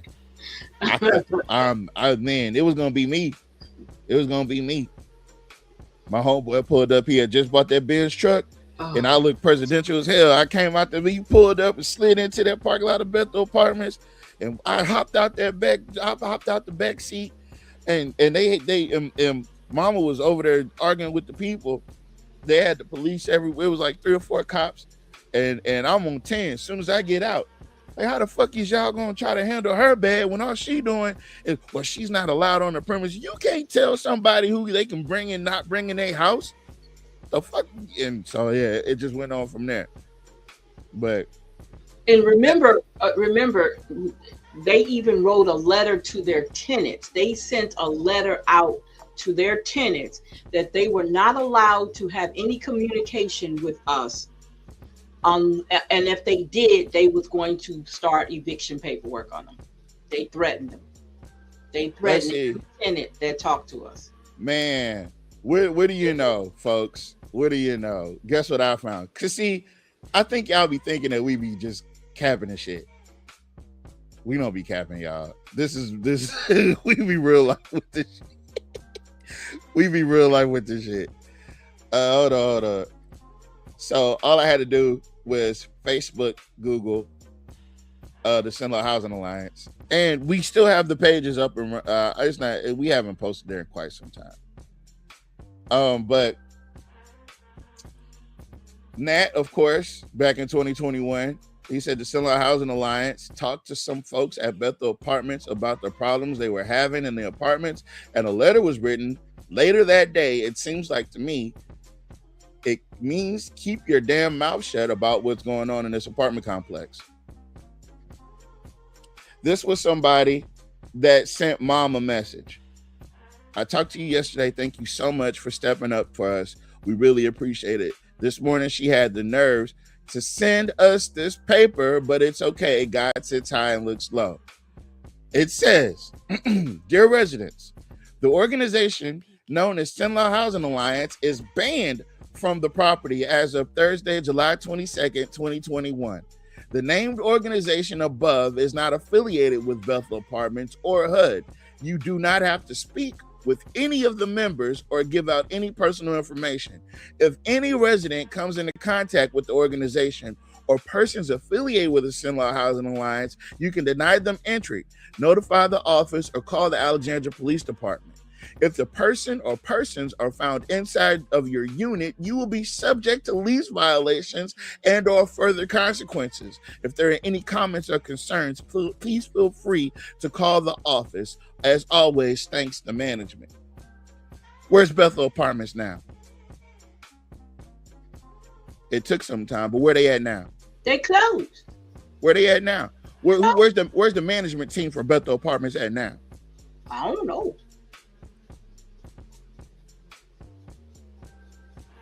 Yeah, that's what kind of timing we was on, and nobody even knew, and that's cool. It's not that big of a deal for everybody to know, but the people that needed to be helped got helped. Point blank, period. We were basically trying to help people as much as we could. We did a lot of training with Housing Louisiana. Is actually our mother over all the alliances that are across Louisiana. We weren't the only alliances. There's several of them. There's one in Monroe. There's one in Shreveport, Lake Charles. All of us were all together in a whole, under Housing Louisiana. And this is the type of work everybody were doing in their parishes and in their cities. We just so happened had this, and this was actually Miss Agnes Francisco is the one who actually they approached with it. We took it over when Miss Agnes decided that, she wanted us to. Oh no, don't skip out on the story. So Jack Hinton, Miss Agnes trusted Jack. Yes. This is before Urban Cast. This is before all that. And I know, I get it, folks. Y'all want us to stop dropping these names because some of these people are people y'all fuck with. I don't care. The fact remains, before Jack was a sellout like he is now, he sold out the Cenla Housing Alliance. And this was we brought it back in 2019. So it went dormant for like a good year, year and a half. Yeah. Mm-hmm. So from like 2017 to 18, something like that, 19, right before, like a year before COVID kicked in, we got back to work. Mom took it back over, and we opened up shop. We got back in contact with all the people and we put the network back together, right? And we did that. And let me tell you something. It wasn't just Alexandria. We couldn't get out of Alexandria. We covered 9 parishes, by the way. We covered 9 parishes. We were the Cenla Housing Alliance, are the Cenla Housing Alliance. And we couldn't even get out of Alexandria. We couldn't get to the problems that they said they was having. What is that, Boyce, where they said the housing people was taking payola to move people up the list? Yeah, they said that the housing authority was taking payola to move people up the list. And Boyce, we couldn't even get to that problem because we were so wrapped up in what was going on in Alexandria. And then it was only but so many. It was maybe 4 of us, and we couldn't be everywhere at one time. Literally impossible. Yeah, see, I knew I was right. Yep. Yeah. We couldn't even get to that. Do you know if we would have ever got to that story the way we should have got to that and cover and got involved the way we were supposed to get involved, people would be in jail right now. I hope to God they're not still doing it. But when you talk about people like the Housing Authority for Alexandria and the people that run that, if you look now, they got a cleaned up act. I ain't saying they doing everything perfect, but they trying to hide a lot more than they used to, because back in a couple years ago, boy, all of their little faults and fuck ups was out in the open. It's like they didn't even care. But I guess now they're doing a better job of community outreach and hiding it, but it's still going on. I know it's still going on. And yes, even the Housing Authority has to abide by these rules. Even the Housing Authority. Matter of fact, the Housing Authority has to abide by them even more stringent because those houses are subsidized by the government and they get inspected by officials, by people acting on behalf of these. When they come and do your inspection at your house, those people are telling HUD that this house is livable. Let's keep paying for the house. That's what they're doing. Now, if they go around lying to HUD, that's a federal offense. It's a number of things. But if you're falling into this category, just know you might not like what we say, you might not like how we say it, but I can guarantee you we will not turn away anybody that needs this kind of help. I will guide you somewhere in the right direction. I will help. And again, when you say that, if you guys are not doing your part, then we stall. We have to stall because it's so much. We only have so much power to move things around. Yeah. So the ideal of you staying up on what needs to be done, you need to stay up on it. I even remember when this happened, Nat was with me. We were tracking people. We were taking people back and forth. What happened was, who got involved, Housing Louisiana came down. The public, what's his name? The legal team came down. The legal team here in Alexandria came down, and we had a meeting at New Scott Alley. They were nice enough to let us have a meeting there. And the people were scared to get in the car to drive to New Scott Alley because they were afraid someone was going to see them in the car coming to our meeting, because we made everybody know we were having that meeting. So they were afraid to get in the car because they were scared that they were going to be threatened with eviction. Retaliated against, because the people who were running Bethel Apartments were gangsters. So-called gangsters. Yeah, you look at you so-called gangsters. Well, you ain't never been you ain't been on no real shit like this. Yeah, so because of that, a lot of people did not. The legal aid guy, that's who it was, the legal aid lawyer, took his time out of his afternoon to sit there with us and talk to some of the people who actually wanted to show up.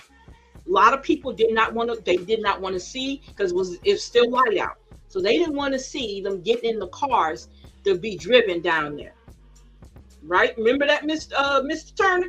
They were afraid to get in the cars with us so we could take them down to New Scott Alley. This is how Alexandria has been ran. And like you said, Tavares, I don't care how we deliver the message as long as you get the message. We're not here for you to like us. Let me say that. We're not trying to win no popularity contest.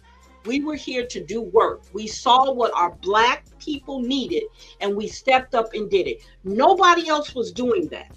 Nobody.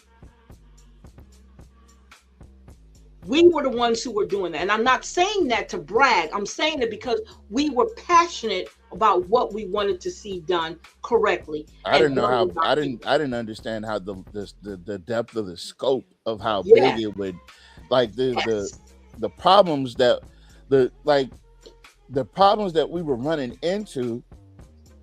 It was nonstop. It was literally nonstop. And we gained this, really boosted our local presence, because once we started telling people that the landlord ain't nobody to be afraid of. Matter of fact, you're a contractual partner with the landlord. They don't have the upper hand. They own the property, but once they agree to that lease, you guys are now we're in this together, champ. You got to hold up your end. I got to hold up my end. They're going that. Yeah, but they were so scared. What's going on? Hey there, Nat. How you doing? All right. Ms. McCall is telling the God honest truth. Those people, they might as well say, I'm scared to leave the plantation. They gonna whoop me if I get caught. And all those people that was in Bethel Apartments, I think, 4 of them there showed up? Yep. Yeah, 4. Yeah. And that's a tragic sight in itself, to see some people living in those conditions and scared to speak up about the conditions that they living in. When you do that, that creates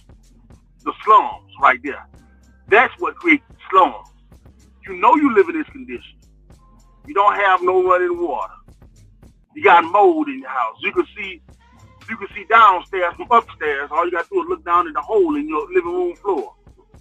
And you won't even say nothing about it. And they were scared. Like it was the 1930s. Oh, please hide me. Like they had, look, they like they black folks going out to vote and something back in the old days. Exactly. You're 100% correct. And it's a shame. I mean, a total shame. And see, here's the thing, Tavares. Like your mama said, you don't have to do what you're doing. Nobody's telling folks this information in Alexandria, but you. Now, here's the thing. When you don't like the messenger and the message affects you, then you have a problem. Because as far as this helps folks in Alexandria, nobody else going to tell them the rules because they really don't know the rules. They don't know the laws and stuff like that. So you breaking it down like you're doing, this should be some of the most shared stuff in Alexandria. Well, only because people don't know what's going on. I know that the last show that we did, I don't know if we were being messy or what, but apparently that everybody consumed that at a higher rate. So while I got people's attention, while we have people's attention, I want them to actually have something that everybody can use, because there's not a lot of black home ownership in Alexandria. That's what people like Malcolm is trying to change, right? So because we rent at such a high rate, we need to be armed with this information. This is absolutely imperative that you guys know that if you haven't looked at your lease, if you over there Clarence Reed is somebody that negotiated your lease, you might want to read that something. You might want to read it. Yep. You might want to read it a couple times. Yep. You might want to see if they can read it. Here's the thing, Tavares. The same people that need help now, they won't stand up with you. They were not standing up with you at city council meeting years ago when you tried to avoid all this. Oh, you're talking about the rental registry. Yeah, I forgot about that. And then white folks came out in droves to make sure that didn't happen. Yep.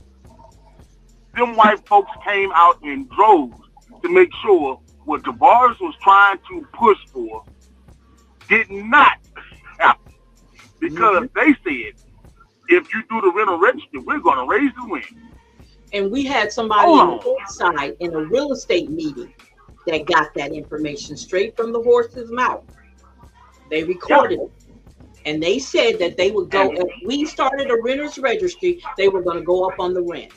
And these are real estate agents because they're property managers. A lot of these properties around here are owned and operated by real estate companies. So they said in a meeting, in a real estate meeting, and stated that they would go up on the rent. Rhonda Reap Curiel. A lot of you Rotary Club, well, a lot of you Rotarians is with this stupid shit. Yep. That's why we got one for you. Yep. Coats. All that stuff. And Tavares was fighting. And he was fighting for people that he didn't have. Let me tell you something. He's better than I am. I'm going to say it like that. Man, you know how this is. I wouldn't be, you saying all that now, but a lot of this shit is because of you anyway. That's right now. So don't even try. Yeah, you saying you all a that. big old teddy bear. You ain't nothing but a big teddy bear. Don't even play. Yeah, but I'm like hard. What we wanted was throughout the major cities in Louisiana. So long time I've been saying that it already been mandated. But here's the thing: we were trying to get the city of Alexandria to adopt a rental registry, and they fought us tooth and nail. I'm talking about tooth and nail. They talk. Listen. These people. They bucked so hard. Rhonda Reap Curiel, who's friends with Deborah Randolph, who's friends with Jock Roy, they bucked so hard. They talked about maybe we should do like what they're doing in Baton Rouge and create a St. George. Yeah, they were going to secede from the city. Yep, Rhonda Reap said that. Sure did. Yeah. That's why I don't look. These white folks can say whatever they want to. I know who y'all. I know the stuff y'all don't really. I know the diabolical depths when they had we had ACID, right? Guess who went down there to Baton Rouge to say that? Well, you don't need ACID. We can't even get into the concept of ACID, but it was about black folks and being a tax authority. It was kind of like Gator, but it was more directed towards us. Jock Roy, Rhonda Reep, Deborah Randolph, and the other funny looking motherfucker, they all went down to Baton Rouge, sat in front of the state legislature, and said that we don't need ACID. Sure did. You talking about people, you want to argue with me about how I feel about these people that are involved in these local politics. These people been doing this shit to y'all. This didn't just start. We not just bringing it up now. They've been doing you like this. Yeah. When you holler, you don't want to have nothing to do with politics. Look at the end result. You're drinking brown water. You got unsafe streets. Exactly. They refuse to put cameras up. They refuse to hire people to protect. Okay? All of that. Yeah. And guess what? It had a vote on it. Mm-hmm. They had a vote on $100 million to bring in a juvenile center that didn't put no preventative programs before the kids even get to the juvenile center. So sure did. When you say you don't vote, you don't get involved. You'll get involved one way or another. It says that you either gonna get involved or it's gonna evolve on you.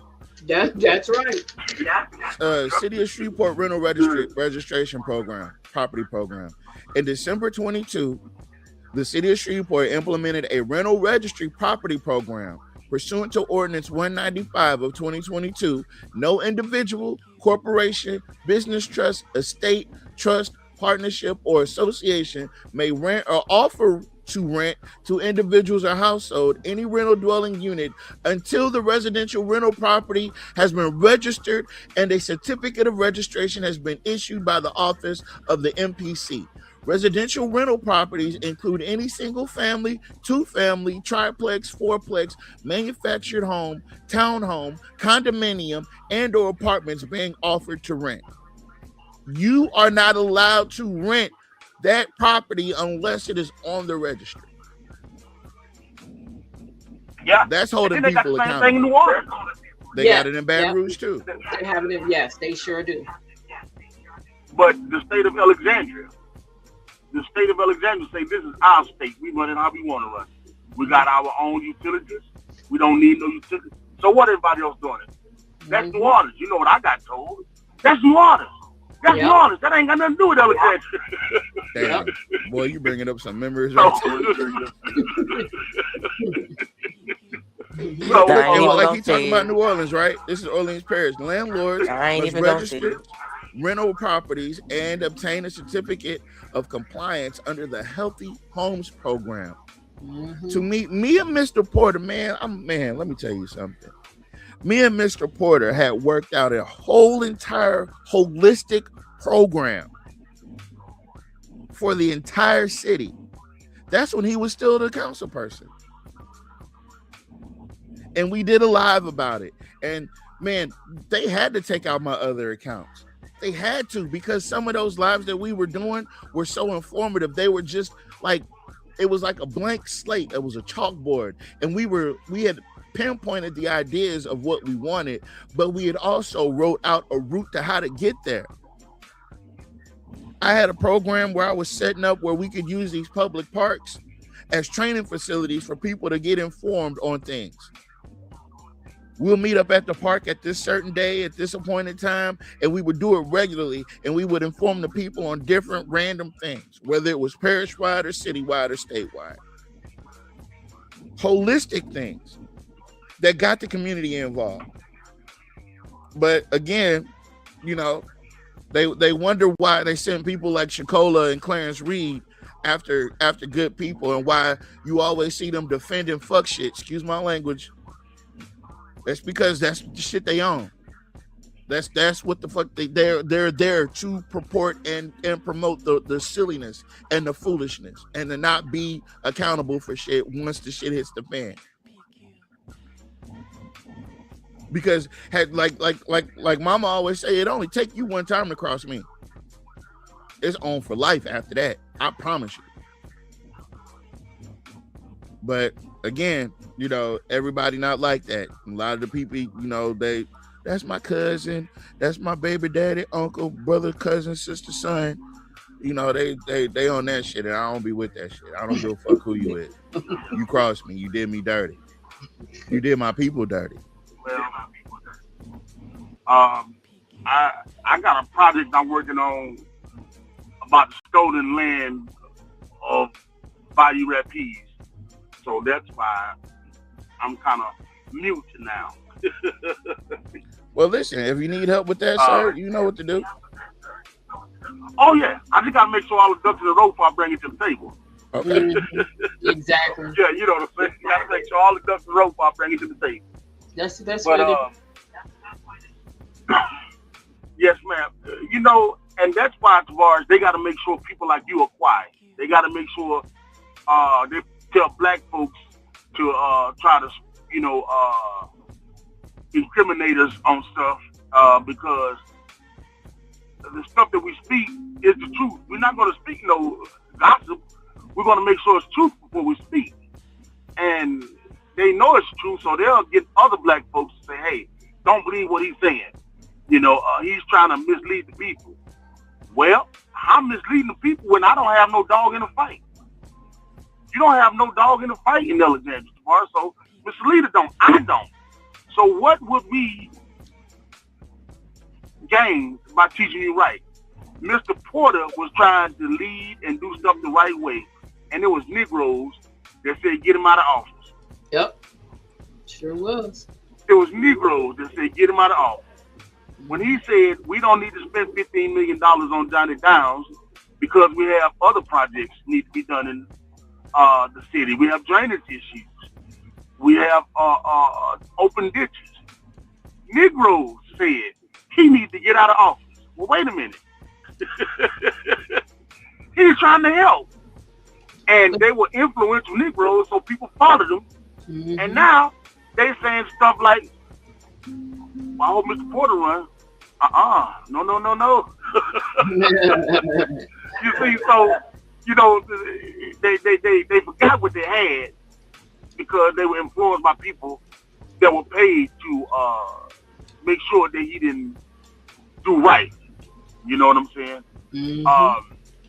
And it's our own people that bring detrimental stuff like that to the race. And it started a long time ago. I mean, even with Louis Chaney back in the days when he told the slave masters that we having a revolt. His name was Louis Chaney, right? I'm gonna make sure. Yes. Yeah, it was Louis Chaney. My bad. Yeah, it was Louis Chaney. Even he told. So this stuff been going on, y'all, and it's sad. I just say it like that. I'm going on mute. Man, let me tell you something. I just got this damn message, and I'm tempted. What's the negative impact of the renter? There was no negative impact of the renters registry. No. Absolutely none. What it was is that the white folks didn't want to have those houses up to standard. That's right. Mm-hmm. They didn't want to have them houses up to standard. Yeah, and I guaranteed you they were bullying those tenants. Absolutely. To keep them. Well, here's another thing. Not complain. Or the person that sent that message. They see we stand up for the wrong thing because they talk. See, that don't make no sense because we'll talk a whole lot of stuff, but when it comes down to walking, nobody wants to do a damn thing. See, they don't want to stand up for themselves. They want other folks to do it. Mm-hmm. All the time. It wasn't nothing negative about that. I know they're not being, you know, they're asking, you know, why would the white people turn it down? Why would they buck against it? Yeah. So I understand what that person's asking because they probably bucked against it because there wasn't enough Negroes in there to stand up for their own damn self. How about that? Yeah. How about that? It was just us coming in there. You see what I'm saying? So if you ain't got enough Negroes in there to stand up for yourself, 1 or 2 ain't gonna do no good. 3 or 4. We need hundreds. So don't ask, you know, what happened. No, you need to stand up in situations when you see stuff like that happen. What you got to lose? If you living in hell, where could you go bad after that? Yeah. You can't go. You already in hell. So what they gonna do to you? You drinking brown water. You live in neighborhoods that ma'am. I'm sorry, you said brown water. I apologize for interrupting, but I wanted to tell you guys I had a conversation with my cousin today. Again, we don't live in Alexandria, but we have a lot of family because my mom is from down here. So I had a call today. I was talking to my cousin, and she's telling me where she lives at, the water has a smell to it, and she is under AUS. And she's told them several times that her water has a smell to it. So I'm going to talk to Mr. Porter and connect. And Dr. Bowles. We got to talk to Dr. Bowles. And Dr. Bowles, too. I forgot about Dr. Bowles. Dr. Bowles, let me tell y'all something. Dr. Bowles was in the fight with us. Dr. Bowles is in the trenches. I can't even talk. We can't even talk about Dr. Bowles like that. Dr. Bowles was in the trenches, in the dirt with us. Yes, sure was. Yep. So yeah, I'm gonna get a hold to her. I'm gonna get a hold of Mr. Porter first and talk to him about it. But she said she's been having this smell on her water for the longest, and she's with AUS. So my thing is, and this is something I got today. It's 2026, and you see what we're still dealing with. And she was even brave enough to call them. She's not scared. She's just brave enough to call them. So just having that conversation, and we're not even in the fight. Well, I'm not directly in the fight. Oh, we still doing it. We still pull. You know, I get what you're saying. Yeah, but you know how it is. We can't get out of it. Is what I'm saying. And let me say something else while you're saying it. You guys, I want you guys to look at what activism is, because I think a lot of times people do not understand what activism is. Activism is not running with your tail tucked under you and scared to say something. That's not what activism is. Activism is sacrifice, right? Activism is putting yourself in a dangerous situation at times because you're trying to help your people. That's what activism is, okay? It don't have to be that, but that's what it ends up to be. Everybody's not cut out for this work. Most people get tired. Most people get scared and they go sit down. I can't do this. And if you're really about it, it never goes away. Did you hear what Nat just said? Nat said he's working on a project right now. We do not live we don't live in Bayou Rapids. He doesn't live down Bayou Rapids. Okay? Yeah, well, I live on the other street. Okay, you live on the other street. Okay, I got you. I got you. Yeah. Okay, we don't live down there. We don't live in those areas. Activism gives you, and you have the passion to see things through. You want to help as many people as you can in activism. And you will take some shots. You will get people pulling up your background and making fun of your background. Nothing to be ashamed of. It's your background. That means it's behind you. You're not dealing with it today. It's something that's happened long time ago. And if you are, so what? You're doing the work. And that's what matters. You're doing the work when nobody else wants to. We would have meetings with the Sinaloa Housing Alliance. We would beg people to come to our meetings so that we can inform them like we're doing now, letting them know what's coming up. Perfect example is the lady that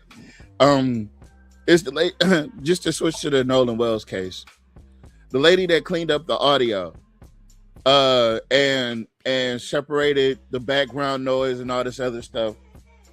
So she did that, right?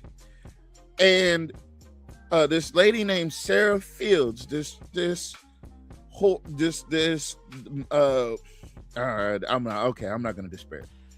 This lady went as far as to go 10 years back in this lady's past. This is white supremacy. This is how it works. Yes, She went 10 years back in this lady's past to pull up a misdemeanor of her getting arrested so she could go out and target that lady, so she could be discredited behind the audio. Yep, sure did. I saw that. You see what I'm saying? First of all, they They done you the same way. Man, let me tell you something. Nat, you tempted me to do it. You tempted me to do it because it's happening right now. It's happening right now on YSKT. And I'm really tempted to go there, but I'm not gonna go there because I'm responding in real time while they playing in my face. But that's a different story. If y'all really want to get that type of dirt, it's on YSKT on the post I'm showing right now, but I'm not gonna show that part. But anyway, YSKT, I need you to realize what just happened. Let me get to the comment section over here. Cut this off so everybody can read. So the lady that I started out the show with has responded 5 minutes ago. She said, I never said I was scared. Louisiana is a stand your ground state, right? That's letting you know that y'all shoot people, right? I didn't appreciate the language he was using. I was raised better than that. Also, where I was raised, men didn't threaten to come in someone's yard and hit a woman in the face. Again, this is a scenario with no evidentiary backup other than her saying it. I was also called the hard N-word.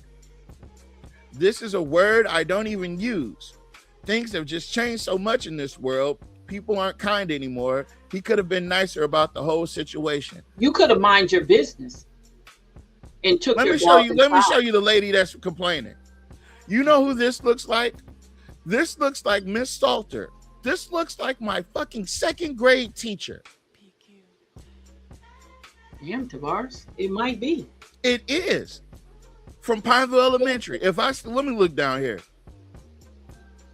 This looks like Miss Salter. She was racist as shit at Pineville Elementary. But go into her about. I'm not going to do all that. I came over here to tell her this, right? Now, let me show y'all this. She said that somebody came into her yard, and let me show y'all this. Hold on. And I hope this was a good inspiration. White people call white people niggas all the time. That's right. No, I be going out in the world. So I be calling the police on white people, and it does something to me. So I felt that feeling, last time when I called on that white girl. So I had to try something different, and I called the white man the N-word. I did with the hard R. With the hard R. He was so appalled by it. Like, it really did something to his spirit. And it made me so happy. Like, listen, I don't know. Maybe this is what they be getting out of it. I don't know. But after he got mad, I said he's chimping out. And he got even madder. He got more angry. It was amazing. Like, man, this is a newfound thing for me. And I want to share my joy with y'all. Go out today. Before they can say something crazy, call them the N-word with the hard R. It'll change the world, man.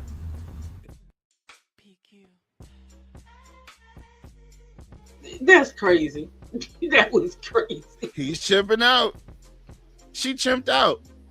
She went to go talk about getting a gun on a guy that was on her sidewalk.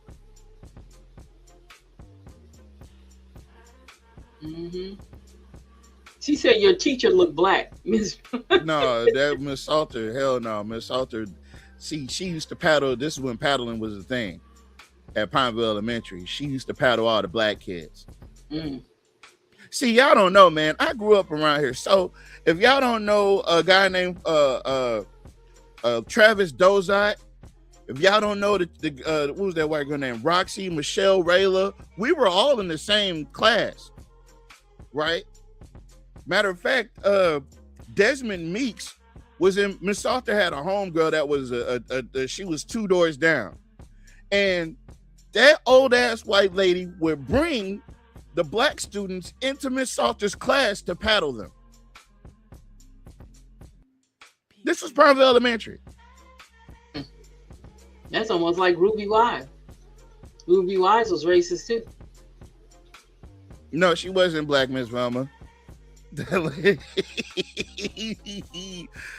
Oh man, you might have some in her. You never know. No, she definitely. You might have something in her. No, definitely not. Yeah, nah. You saying she ain't passing? Nah, she's not. Nah, not at all. Actually, you should ask her. Are you the I don't want because I might cuss her out. I might cuss her out because I still remember. I remember she tried to paddle me one day, and Mayetta had to come up there. Yeah, and anytime Mayetta pull up to your school, and you didn't do nothing wrong, yeah, everybody might want to duck. But that's neither here nor there. Like I said, you guys, if you're not keeping up with YSKT, then you don't know what's really going on. YSKT keeps us very aware and in the know, does the due diligence, asks the hard questions. Like this post altogether was about Philip Terrell and his comments about how he felt like Pineville was safer than Alexandria, right? And it presented the problem where if Pineville was so safe, how come that doesn't translate over into Alexandria if you're the person for the entire parish? And then you start naming names. You got Gremleon, Mark Woods, and Jock Roy. You know what I'm saying? These people, and don't forget, what was his name? King. Yeah, King. Jared King. Jared King was in on it too. Mm-hmm.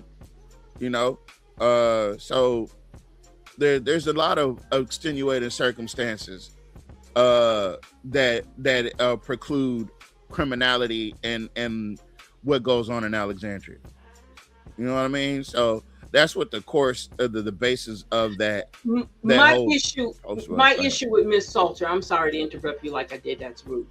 My issue with Miss, like you said, his First Amendment rights was to use all the language he wants. I'm not apologizing for nobody experience. I'm not. I'm sorry. She should have minded her business and put her dog up, especially if he was walking on a public sidewalk. She should have put her dog up and minded her business. You don't have to say. That's the problem with them. They always think they have a need to be a Karen when nobody said anything. He was talking to the dog. That meant that dog was probably scaring him. So what she should have done as a nice, cute neighbor is, okay, you are uncomfortable with my dog. I'm going to put him up.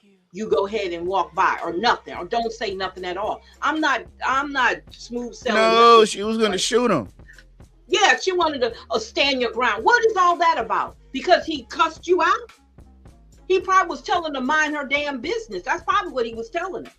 And put that dog up. He probably wasn't even saying nothing to her. That's true, because we don't know what was said. Right, because she doesn't have any evidence. Exactly. Now, say for instance, she took this story to the police and that man ended up dead. Yeah. In that whole instance. For nothing. For nothing. She should have kept her mouth shut and stayed in her yard. They can't. I know, that's the point. That's why I'm not sympathetic toward them. And I'm sorry, I'm just not. I don't have it in me at all anymore. Back in the day, oh yes, I was deep into taking care of everybody. When my mindset, when it comes to us and all that we've been through, Tavares, it kind of changed how I see things now. I'm serious, it does. And how they double down on their racist rants, their racist ways they treat us, they double down on it. So to get me to have sympathy for one of them all the time, I can't do it. To each his own. I can't do it because they don't have sympathy toward us. I mean, it's not nothing they actively practice anyway. No, it's not. It was never in them. That's what people got to understand. It was never in them. They fake. They go to church. They sit in church on Sunday, praise God, read their Bible, do their Bible study, women's church and little children. They do all of that. And then when they want to use that hard R against us, they do it. They sit around each other and talk about us. Look at how they talk about how bad Alexandria is. You know that's directed to us. That's not directed to anybody else but us. Look how they want to, I'm not going to go to the park. I'm not going to go over there to the pickleball court. Who do you think who lives over in that area? Who literally really lives over in that area? Is that on KLAB? Was that on KLAB? Where they was talking like that? They kept on talking about, I'm not going out there. They're going to get shot. Now, I've been to Alexandria, and I'll tell anybody. Yeah, Alexandria might have areas in it that's unsafe. But it's not going to stop me from going to Alexandria. It's not going to stop me from doing. I have no other choice because there's no major, real big stores in Pineville unless I go to Lafayette or Shreveport. So I go to Alexandria. I use Alexandria. And I shop in Alexandria. So I have a right to say something. If I need to say something about how Alexandria is, I have a right to, because my money is spent in Alexandria. A lot. Look at this. Look at this. Look at what I've heard. What is that? Can you see this? Yes, that was the meeting we were having for everybody. Hold on, it's not sharing the sound. Stop screen. I gotta share the You said, didn't they find someone else dead today in Pineville? I think they did. Oh, I didn't know that. Yeah, I think they did. I didn't know that. Solutions. Again, that's the listen. I can't hear it. Can you hear it? Yeah, I can hear it. And Housing Louisiana. Looking forward to seeing you guys 6 p.m. at the New Scott Alley Baptist Church. Hi, you guys. This is Salita here. What car was that? Was that the Jeep? Housing Alliance and Housing Louisiana. No, that's the Cadillac. That was the Cadillac. 6 p.m. at the New Scott Alley Baptist Church. Oh, I see why I can't hear it. Now look at this. Look at this. Look at this. Look at this. Okay. Hi, you guys. This is Salita here. And I came by. I want to kind of share some things with you. Y'all go discuss. Y'all go find these. Where I don't even know where you was at. I was in a hotel. Y'all listen. I'm finna share this to the. Where can I share this? I'm finna share this to. A lot of these corporations are not giving back. We're gonna send this to the Can We Be Frank show page. Y'all can go watch this in its entirety, just to give you guys an idea of actually, like, literally how long we've been really at this, and how long we've been with y'all. How long it's been a us versus how long it's been a just, you know what I'm saying, us just talking. On that note, folks. Heard on 6 News. Okay. On the 6 o'clock news. Okay. Yeah. Yeah. I hope. Yeah, I did. It's somebody on Pierce Street or something like that, or Price of P Street. It was something. See, I don't know. Let me see what else. I will be giving you guys updates on the Mello case. Carmelo is right now we're waiting on the court date. I think it's August the 19th. Matter of fact, because I said I would do that. And we're gonna, let me see where it stand with Carmelo. There we go. Share screen. All right. So as of right now, defendants verified motion to recuse. Okay, so right now, August the 19th and the 20th, August the 19th is going to be where they're going to have the hearing for the judge to recuse himself, right? There's another judge that is going to determine whether or not Judge John Roach should recuse himself. And the next day after that is going to be the hearing for the retrial. And if what happens on the 19th, if Judge John Roach is recused, well, either way, even if he isn't recused, the next day is going to happen. So if he is recused, then the case will go, the hearing for the retrial will go to another judge. That judge will hear the argument for whether or not he gets a retrial. Now, what's got all these white folks, and that these white folks are low-key glad that Nolan Wells is in the news, because it didn't push Carmelo off to the side. The fact that these two things are happening in 226 and they're happening at the same time, it just, they rather talk about Nolan than to talk about the possibilities of what can happen with Carmelo. See, Carmelo, they celebrated. They were doing victory laps. He got 35 years. He should have got 90. Well, if this recusal happens and Judge John Roach has pulled off this case, which there's a strong argument that he will be, right? The next day, they're going to hear the motion for the retrial. So if they're able to argue that case to where this case gets a retrial, let me tell you what happens after that. The previous sentence is rescinded, canceled, revoked. And that means that Carmelo would be able to come home if they go before a bond hearing where he could be waiting for his trial. He'd be able to come home just to wait on his trial. When I say that these white folks' heads are going to fucking explode if that happens, and when that happens, I pray to God it happens. Because free Melo, and justice for Nolan. And justice for all of those people that have been lynched in Mississippi, in South Carolina, the young man that was lynched in Michigan. Rest in peace to all those people, and justice for all those people.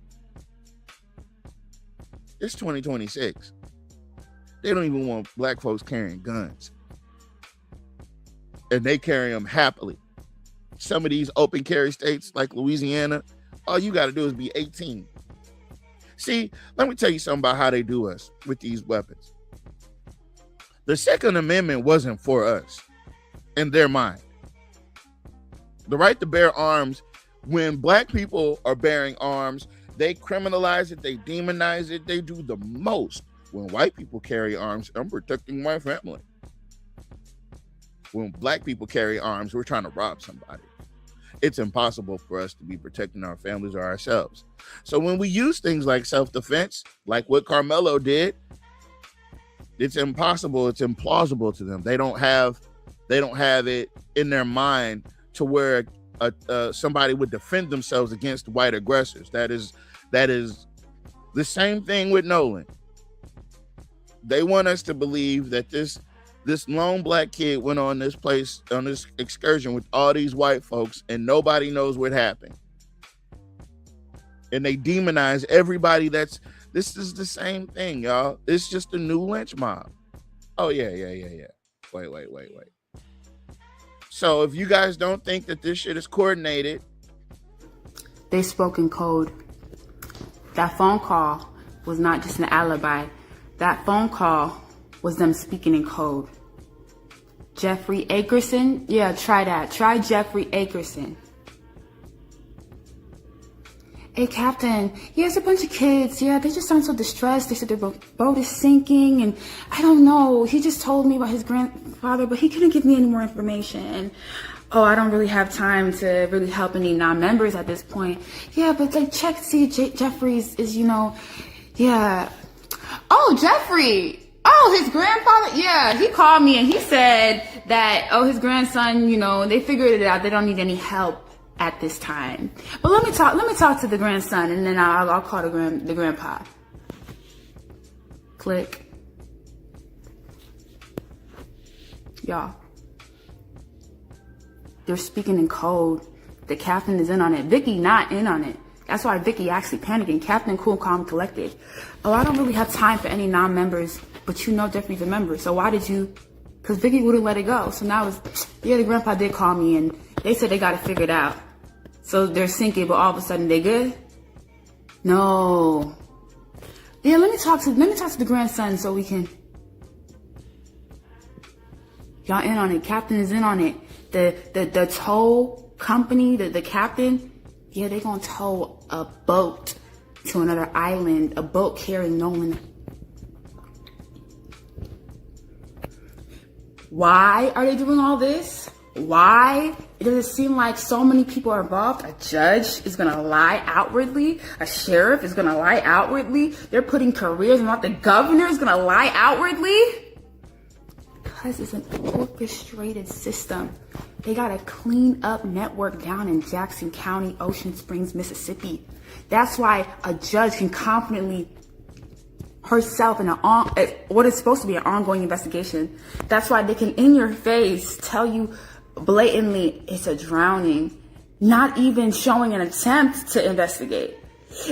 That's how, even though the whole world is looking at them, they can still continue to push forth Warren and Tristan and Javon to come lie to us. Because it's a network. It's a network. They got a cleanup network. This is not their first rodeo. They've been done this. A lot of accidents that they've helped cover up, that they helped clean up after. So yeah, they are going to fight tooth and nail and take very aggressive moves, because you expose one of them, you expose it all. You expose the network, and they're done for it. Too many powerful people involved for that to happen. They're gonna fight to the death, and so will we.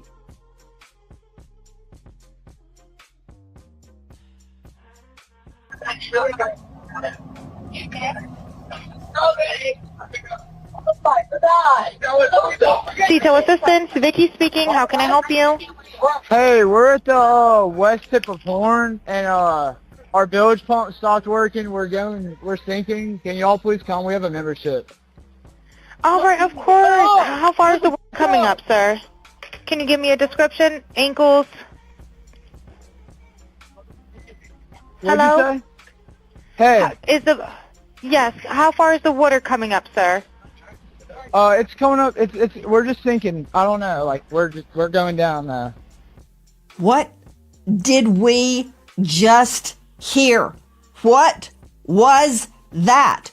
Straight out to investigative reporter Crime Stories, Dave Mack. Did you just hear what I heard?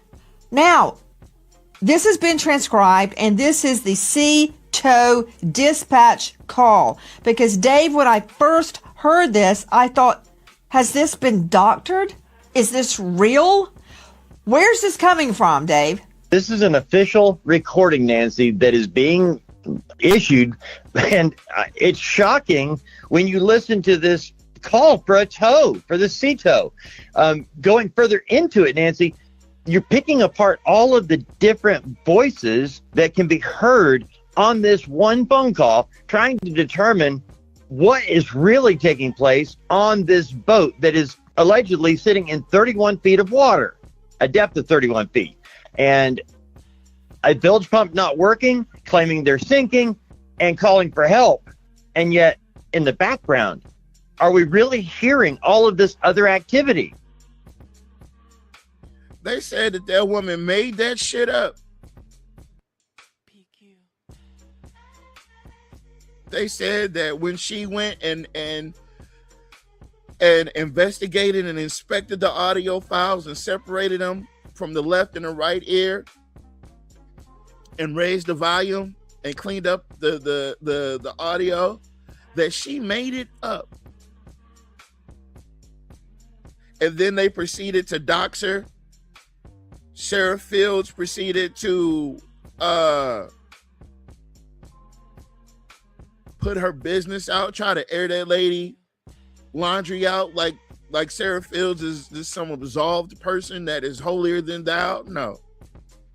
And then when Sarah, let me tell you something. When these white folks activate, right? When that network activates, especially online, the harassment is relentless. The fake tears are relentless. It's a lot like what that Salter lady just did. These fake tears, these fake situations and things that never, and look, she's gonna have people that's gonna come and be like, oh yes, I experienced this as well. And then they're gonna name a neighborhood, and then they're gonna come up with a fictitious story about some shit that never happened, just so they can join in on the fun of talking about black. Because that's the network, that's the nature of that beast. If you think for 1 second that those people aren't here in Alexandria, in Rapides Parish, if you really think that while Reddix was the council person for District 1, that them houses were burning down on their own, whatever. I'm not finna argue with y'all. But like I said, at the end of the day, there's a network. And if you go to that YSKT post, right, you can read it for yourself and see who's in the network. Miss Erica, she did a live earlier today, and I caught it, and she was talking about how come every time we bring up something that's wrong with that can be fixed, we point out something that can be done, that can be fixed. It's always somebody coming in the comment section with an opposing, oh, well, that's not really the problem. The problem is the black folks and this and that. And then they try to do this pseudo racist thing. It's just ridiculous. It's old now. It's the same playbook y'all been using. We're on top of it. And I'm there to meet you with as much foolishness as you want to be met with. But I'm gonna stop commenting on the. I'm sorry, I interrupt you. Go ahead. I'm gonna stop commenting because there's. I guess because we have witnessed so much to ours and we have been part of so much. It's almost like a trauma reaction to a lot of things that we have witnessed and been part of, and because of that, I get angry. I gotta control my anger better. My emotional intelligence gets shut off. So, because I just think about all the stuff we've been through and how we have had to compromise on a lot of things just so that certain things can be taken care of. Well, we're no longer have to do that. We don't have to do that anymore. And there's a freedom there that we all need to grasp a hold of, because you don't have to be afraid anymore. Say what you mean and mean what you say. These people are allowed to say what they want to us, and we turn around and we be sympathetic toward them. No, that's not how it works. Balance is nobody does this and the other person does that. That doesn't work anymore. They are just as rude and nasty toward us. We need to be just as rude and nasty toward them. Even though they claim two wrongs don't make a right, but that's not the point. The point is you are allowed to say and disrespect me in the way that you want to, but I'm supposed to say, you know what? I'm sorry you feel that way about me. No, because I don't care how you feel about me because it doesn't matter anymore. I'm ready to crash out once we get to that point. Yeah, I'm ready to crash out on your stupid ass. We can't crash out. I'm gonna crash out. You playing in my face. And it's kind of hard, and I know everybody's not built. That's why I said activism. Everybody's not built for this type of work. You have to be built for it, and you got to know when what you're doing and your actions are in the way that it's helping other people. I'm sorry. I will always forever help Black folks because that's who I am. I don't know how other people feel. I don't know how other people maneuver in this world. I'm concerned about us and how we're moving because everybody else don't give a damn about us. And I don't know why we have to keep saying, I think about that Officer Tatum. They do not care. They would jump him. If he was in a place, they would jump him. They will jump him and beat the hell out of him. And you know what? He'll come back on TV and he'll be touting for the white folks. They'll do it. He'll do it. Because that's where their mind is. He better not ever backtrack and talk about trying to do something for Black people because they gonna. But you know what? They did the same thing with Charleston White. Now listen. Yeah. This is my general rule. Once you do some foul shit and I cut ties. Like I no longer consume that content. I haven't watched the Charleston White video ever since he said and did what he did to Carmelo and them. I haven't consumed any of that media at all. It's a number of other content creators. I just refuse to consume them. I refuse to support them. Yeah. But about this network that we're talking about, right?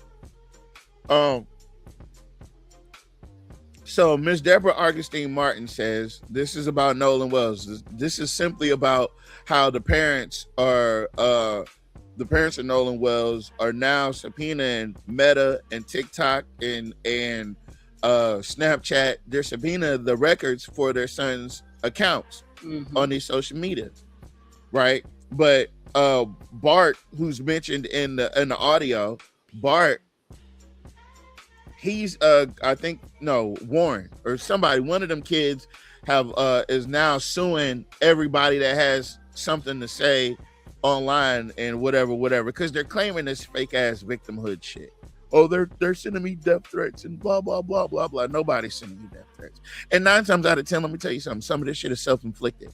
I told you they lead in suicide. It's not going to be a far reach for them to write themselves a bad note under another account so they can show it off to the world and be like, look, they're threatening me. Look at what they said. They were going to come kill my family. Nobody knows you, bro. But anyway, Ms. Deborah says, let's get to the bottom of this so the family can get some closure. They killed that boy, plain and simple. Faye Eubanks says, keep on with your accusations and you can be next on the list. That lawyer is suing for lies and defamations. You might want to read about it and save your disgusting opinions. What color is Faye Eubanks? Of course. Of course. Look, it's a woman. There's hope. Of course. Of course.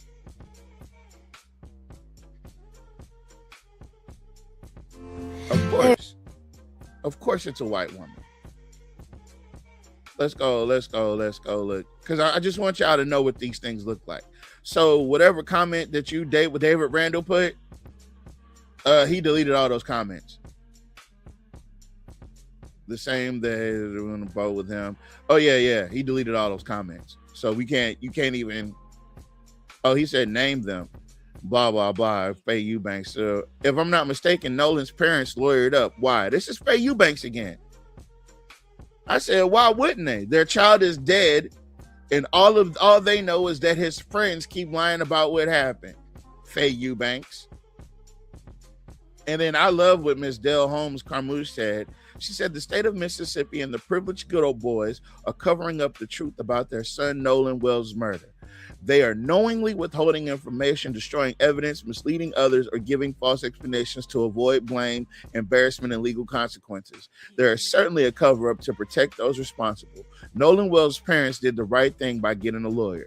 They want answers and transparency about their son's death. With the history of Mississippi, Ben Chester White, Wallace Jackson, Vernon Dahmer, Henry Hezekiah D., and Charles Eddie Moore, James Chaney, Andrew Goodman, Michael Schwimmer, Emmett Till, Medgar Evers. Many killings were never fully investigated, and numerous victims remain unidentified or receive no justice.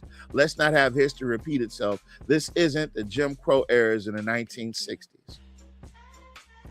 So when we refer to them and they, this people like, cause see, this motherfucker right here is trying to get people to say names, right? They want people to say names so they can incriminate and they can send your information off to the lawyer, right? Because that's what they really want to do. They want to send your information off to the lawyer so you can be sued. Man, this network is so there. And we see again, that's a woman. That is a woman who's doing that. Give us some names. So I said, why don't you look into it yourself instead of being lazy and wanting someone else to do the work? This ain't the 1850s. Then she says, I don't have to look it up. You and your friend is the one making the accusations. And I said, and you're the one inquiring about more info. So I guess one of us is asking the other for information that's publicly available. Only one of us is seeking information. That was the end of that conversation. All you got to do is tell these motherfuckers, go find something. You know what I'm saying? Find something safe to do. And then here comes Bill Atkinson, Crump will make money. So I said, not as much money. It won't be more money than the state makes off of unlawful convictions. And then David Bishop said, you against capitalism? Are you a commie? Yeah, they don't like it. Listen, these slurs are meant for us and others. When you call one of these white folks one of them slurs, they lose their shit. So don't call them a commie. But anyway. Yeah. And Officer Tatum will be exposed and all will be right with the world eventually. Just wait. Nolan will get justice. Carmelo will be home by Christmas. And my theory about this, Tavares, is that I think they're trying to get us in the streets. That's what I think all of these are led to. They're either ritualistic, all the lynchings that happened this year, and since 2024 all the way up till now.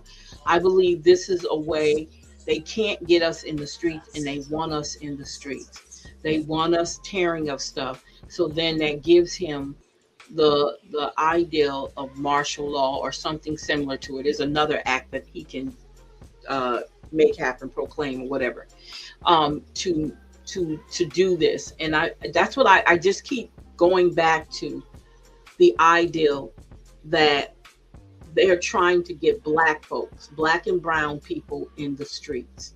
And like, you know, how we was protesting with Black Lives Matter and all that, they're trying to get us back to that.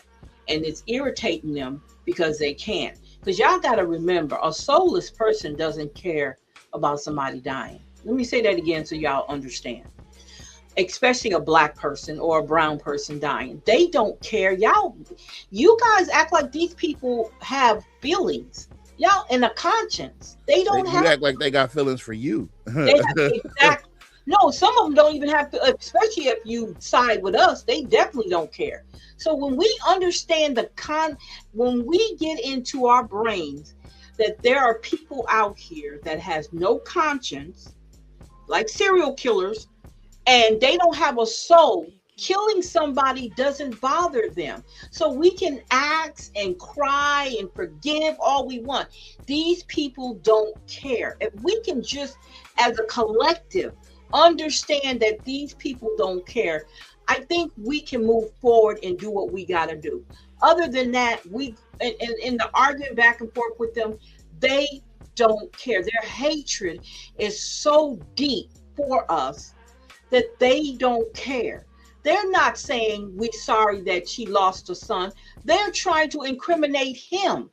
Do y'all understand what they're doing? And anybody who takes up for them, they try to incriminate them. So why are we even, and it's me too, I'm talking to me because I'm talking to me too. Why are we even wasting our time talking to them? Why? Because they don't care. They don't care. And lots of them already know the answer. But their anger and their hatred, their blinded hatred for us, it outdoes everything about them. Like that lady today you were talking to, Miss Salter. All she had to do was gather her dog and get on her yard and get on her lawn and go about her business. He didn't trespass on her lawn. He didn't do anything directly. He didn't hit her. He didn't threaten her. Think about it like that. Think about that. She had to say something to him because they always have to put us in our place. They always have to put us in our place, no matter what we're doing. Even when we're doing the right thing, they always have something to say. This is why I don't have sympathy toward them, because they always have to say something to us when we're minding our own business. It's a mental disorder to me, for them. Nobody's bothering you. The man was probably scared of your doggone dog. And if he was on a sidewalk and not in your driveway, you should have went on about your business. And you worried about what's coming out of his mouth, and you're going to shoot him over his words? Let's make that make sense. And the way that she said it tells you. She'll go to church on Sunday and praise God. But she's standing up there saying she believes in the stand your ground law over words. He didn't threaten to touch her. Or did he?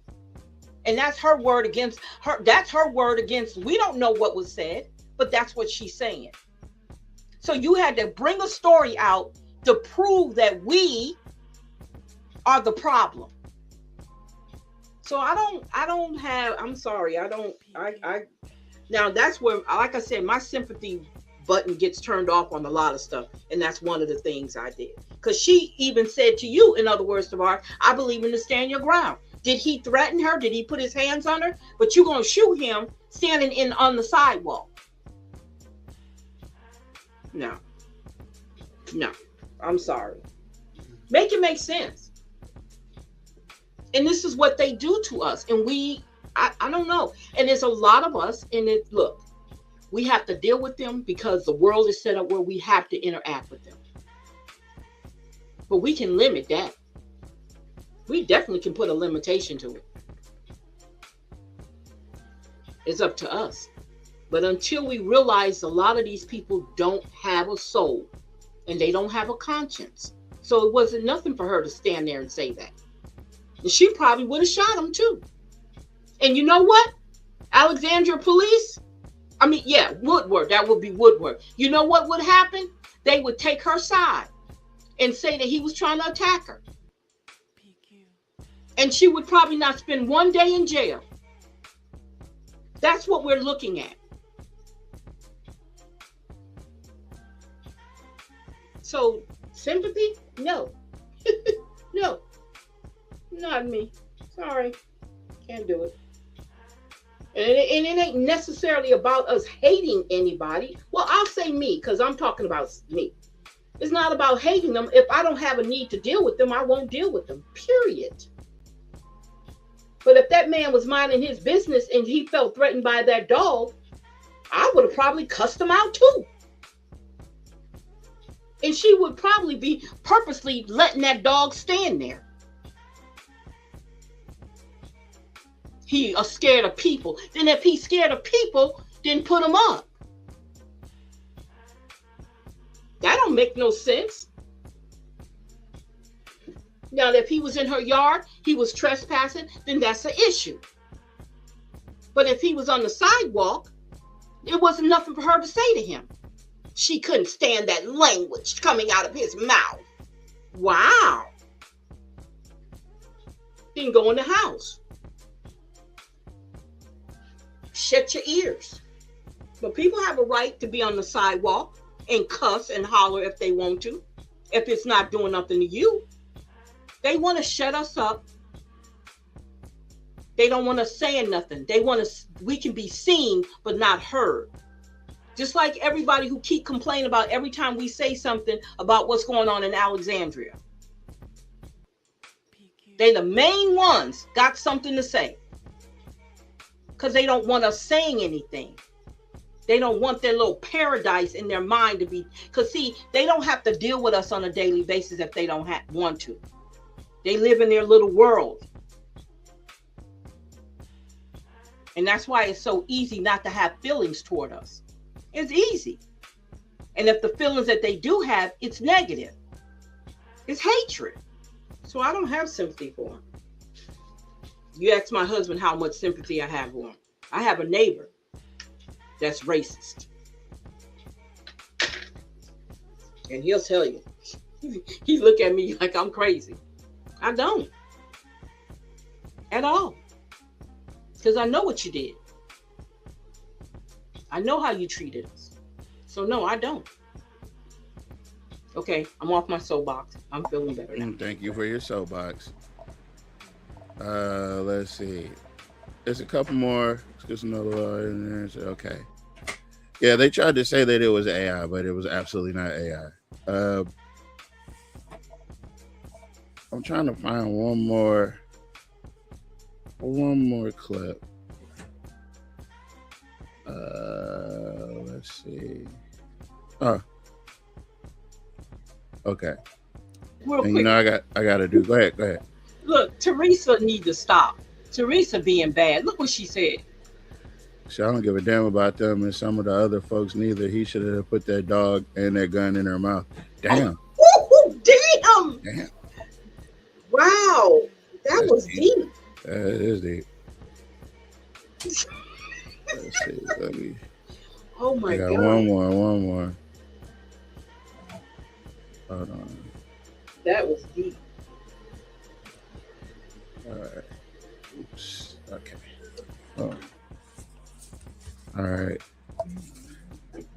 They got this one. All right. Here we go.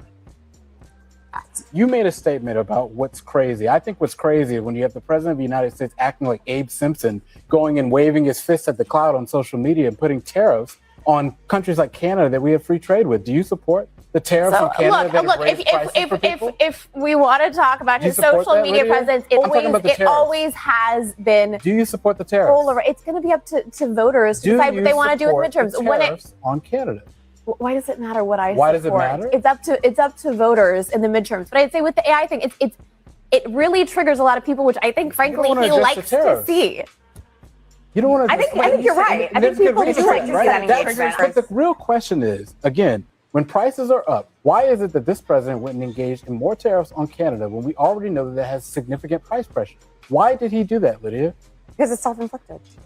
Look, voters are going to have to decide if they think You don't he's have an doing answer for enough for Why would he do affordability. I'm not here to answer for The answer every is that single there is policy no that reason. he That's what's implements. really crazy. Okay. I think that's what voters are going to react to. But in the words of, So, as you can see, it doesn't matter what they say. It doesn't matter what he does. It's always going to be people that placate to other people.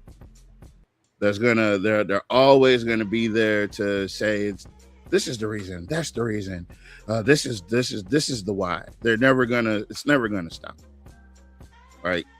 Because they're comfortable with the chaos, and it's never. That's why we shouldn't be. That's why I have issues when we start giving them information.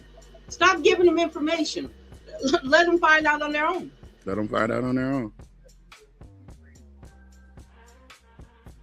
But at the end of the day, you have to be reality based, because some of this shit ain't reality based. Some of this stuff is reactionary, and they want a reaction, and they want you to be upset, just like you was just saying. They want you in the streets, they want you protesting, they want you.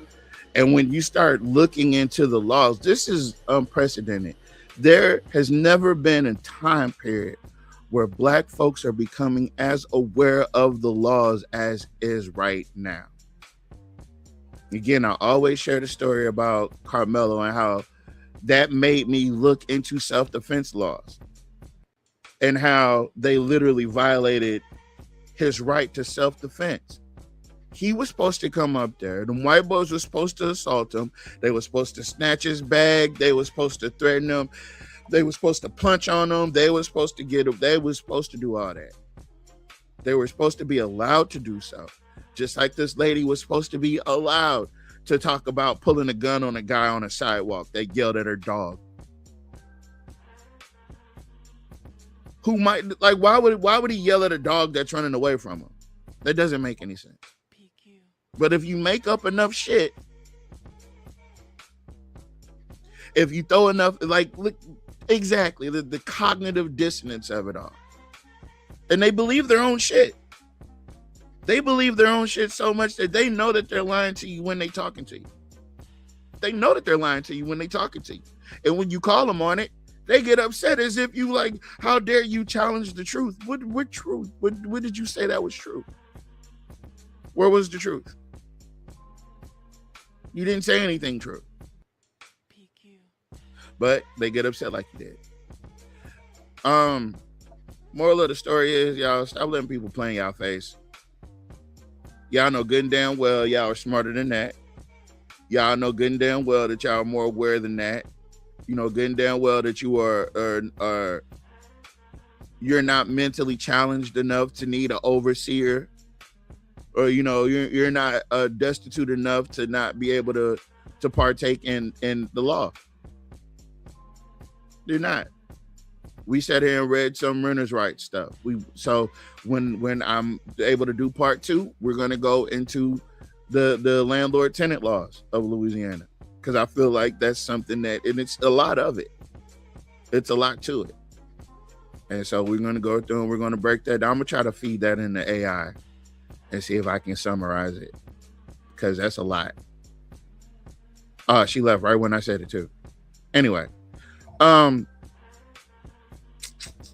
you got any closing remarks? We got to read the list. Read the list. I'm sorry. Okay. So thank you, Shamir. Thank you, Mr. Nat Turner. Wait a minute, Savard. We didn't go through the comments. Hold up. I think Miss Lily came in. Saturday, I saw one Black boy about 10 years old with all white children in Sam's. I would not let my child. Oh, wow, Miss Velma. I'm with you 100%.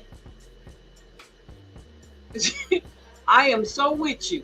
She said, Saturday, I saw one Black boy about 10 years old with all Black children in Sam's. I would not let my child go with these ones. You right, sweetie. I sure wouldn't either. Nope. Get back over here. You ain't going nowhere. Nat said, it's scary these days. Wow. She said, I know they see and hear what is going on, but they still think it will not happen to their child. That's right. You're right. They do.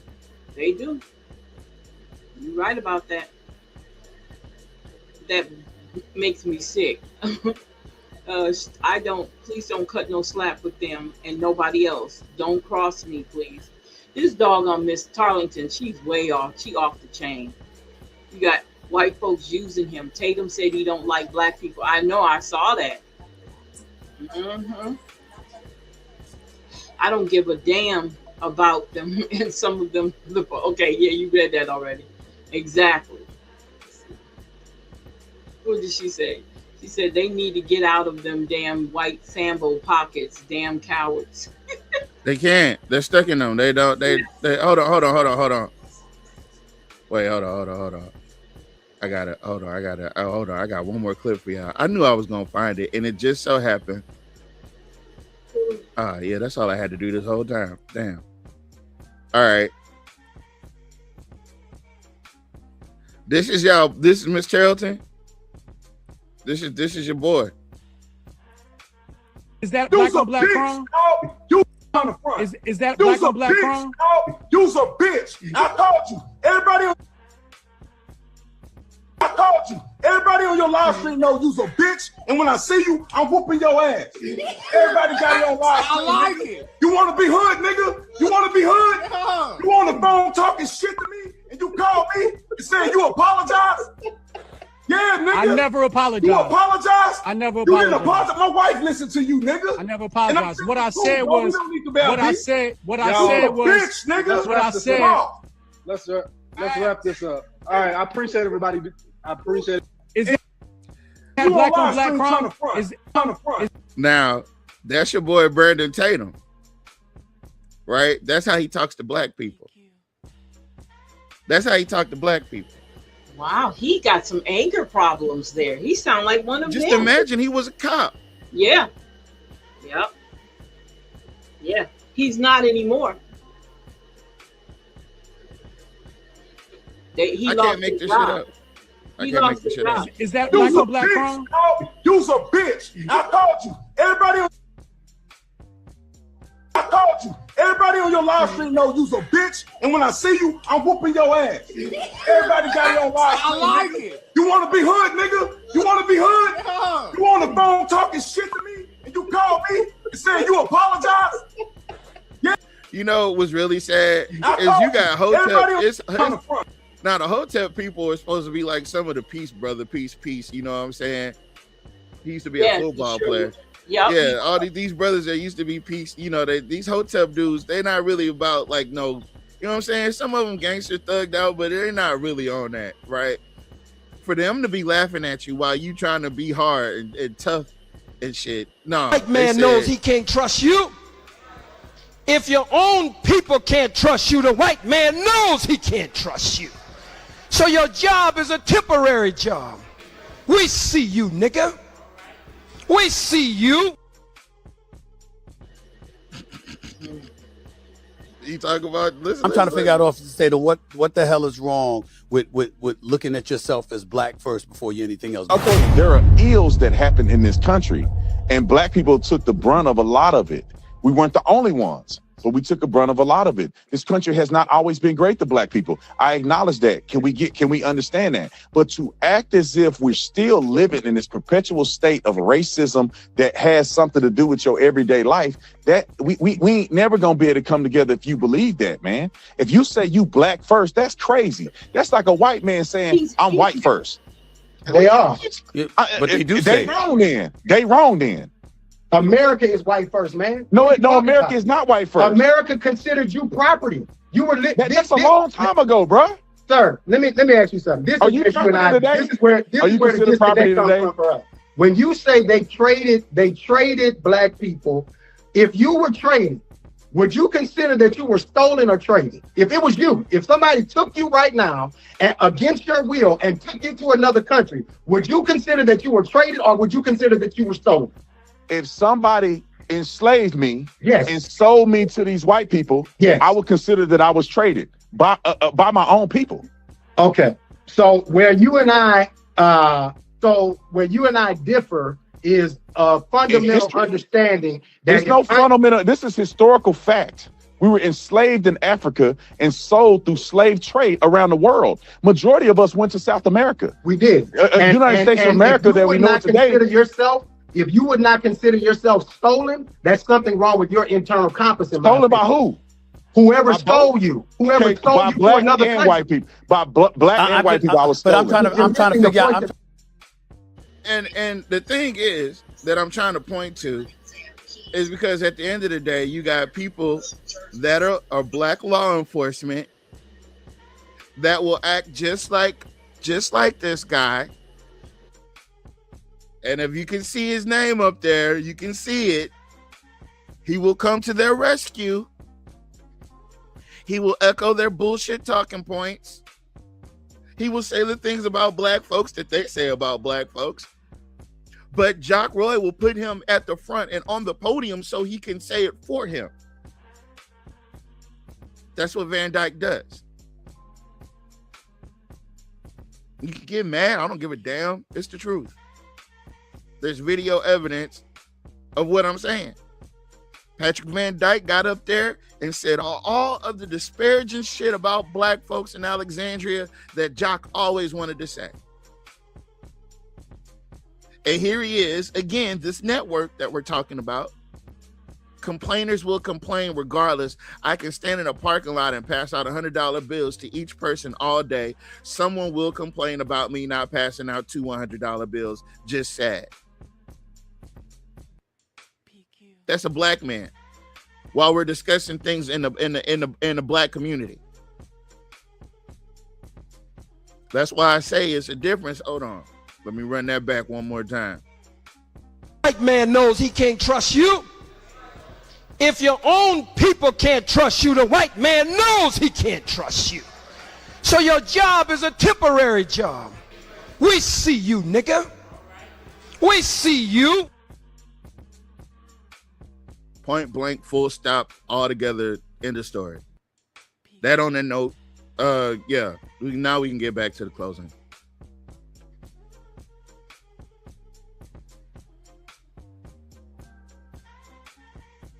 We got Miss Tarleton, got Brother Nat, we got Miss Velma was here. We got, who else was here? Brother Brown was here. Kevin was here. Our resident fact checker. Mr. Scott was here. Mr. I saw Greg up earlier. Miss Brother Scott. Miss Kathy Powell came through. Let's see who else. Miss Jackson came through. Miss Jackson came through. Miss welcome to the panel, or welcome to the show, Miss Net Jenkins Broussard. Appreciate you stopping through. Miss Thomas, Miss Linda. Miss Linda was here. Miss Bell. Miss Hey Bell. there, you guys. Miss Colson was there. Oh, okay. Oh, we got Brother Greg McGinnis was here. Miss Katina was here. Mag was here. What's up, Maggie? Yeah, we had a nice little packed show tonight. A little tightly packed show. All right, folks. Thank you guys. Thank you guys always, as always. We appreciate And you guys. again, So let much. me say something. I want to congratulate our class, the Legacy Liftoff class. We just, and I know you're like, wow, she already talking about, because that's my class. I love my kids, well, they're grown women. I love my ladies. We just completed another ebook course, and we're on our last one for the year. And I am so happy with the young women who have stuck in there and actually gone through the whole course. You guys don't know, y'all been missing a treat. You don't pay for the books. All you do is have to show up for class. That's all. But this is probably going to be this is probably going to be the last time I do it for free. I ain't doing it for free no more. Only these people get it. I don't know what you mean by these people. And you, Tavares, yeah, men are not welcomed in our class. Yeah, I don't care about that At all. I don't really apologize care for about the bad word. The Negro made me mad. No, you ain't, honey. You don't have to apologize. You're a grown woman. You are a grown woman. You do not have to apologize for using language on this show. I promise you, I'm not. Who is the man? We encourage bad language on this show. Tavares potty mouth. I encourage the bad language. You know why? Because when you run out of the nice words to say, you actually say something real. When you run out of all the nice words to say, you actually say something real. But the thing is, they say people who curse are highly intelligent people. Of course we are. That's what they say. Now, I will say this. On this YSKT post, while we were talking about people covering for people. And see, you know what? That's why I can't be over there. Where's Shamir? She gone? That's why I got to stay off that post. I can't go over there. I'm going to stay off of that post. Yeah, Walter Fowler, a white guy, is telling the black girl, the black lady, that you want to bet that he's not the problem because she's coming to the defense of Philip Terrell. Now, when white people tell you about other white people, the last thing you need to do is not believe them.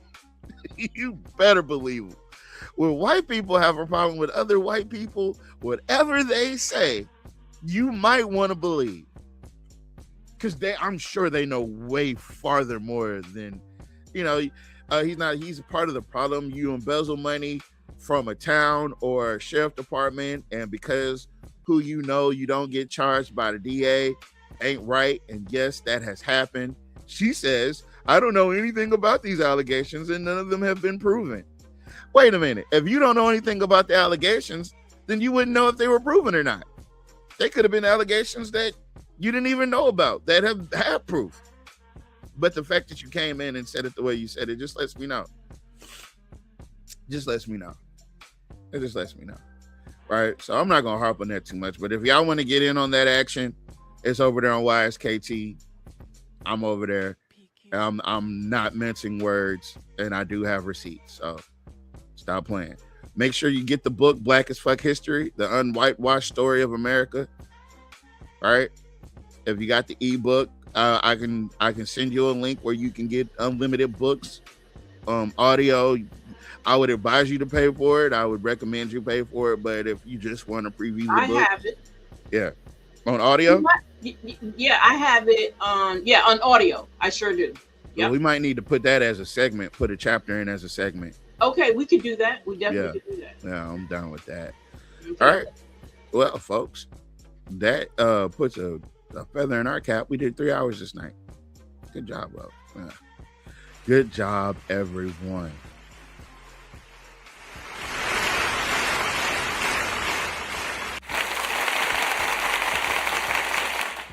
Yeah, there you go. All right. Ms. Linda Bell says she got the book. That's a good book to have. Yeah, free Carmelo, justice for Nolan. And I will see you guys. Wait a minute. Don't forget, I think it's coming by. Listen, for you guys that are TikTokers, right? I'm not going to say follow Mama because I don't know if Mama wanted to be followed. But I'm on the verge of going viral on mine. I'm getting the views. I got a nice little TikTok account that you guys. So it's free Mellow _ till it's backwards. Free Mellow _ I think it's scrolling at the bottom of the screen. There it goes. TikTok free Mellow _ till it's backwards. Follow that account on TikTok. Get in touch with me if you can't. Or whatever, and I'm getting, it's just a constant stream of messages and alerts and stuff because I got a video that's doing pretty good right now.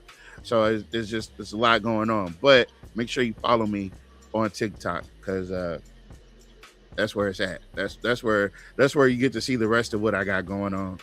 And I try to bring some of that over here and bring some of that over there, but I'm trying to blend them together right now. But we're working on it. So until next time, folks. Till what, Tuesday? Yeah, till Tuesday.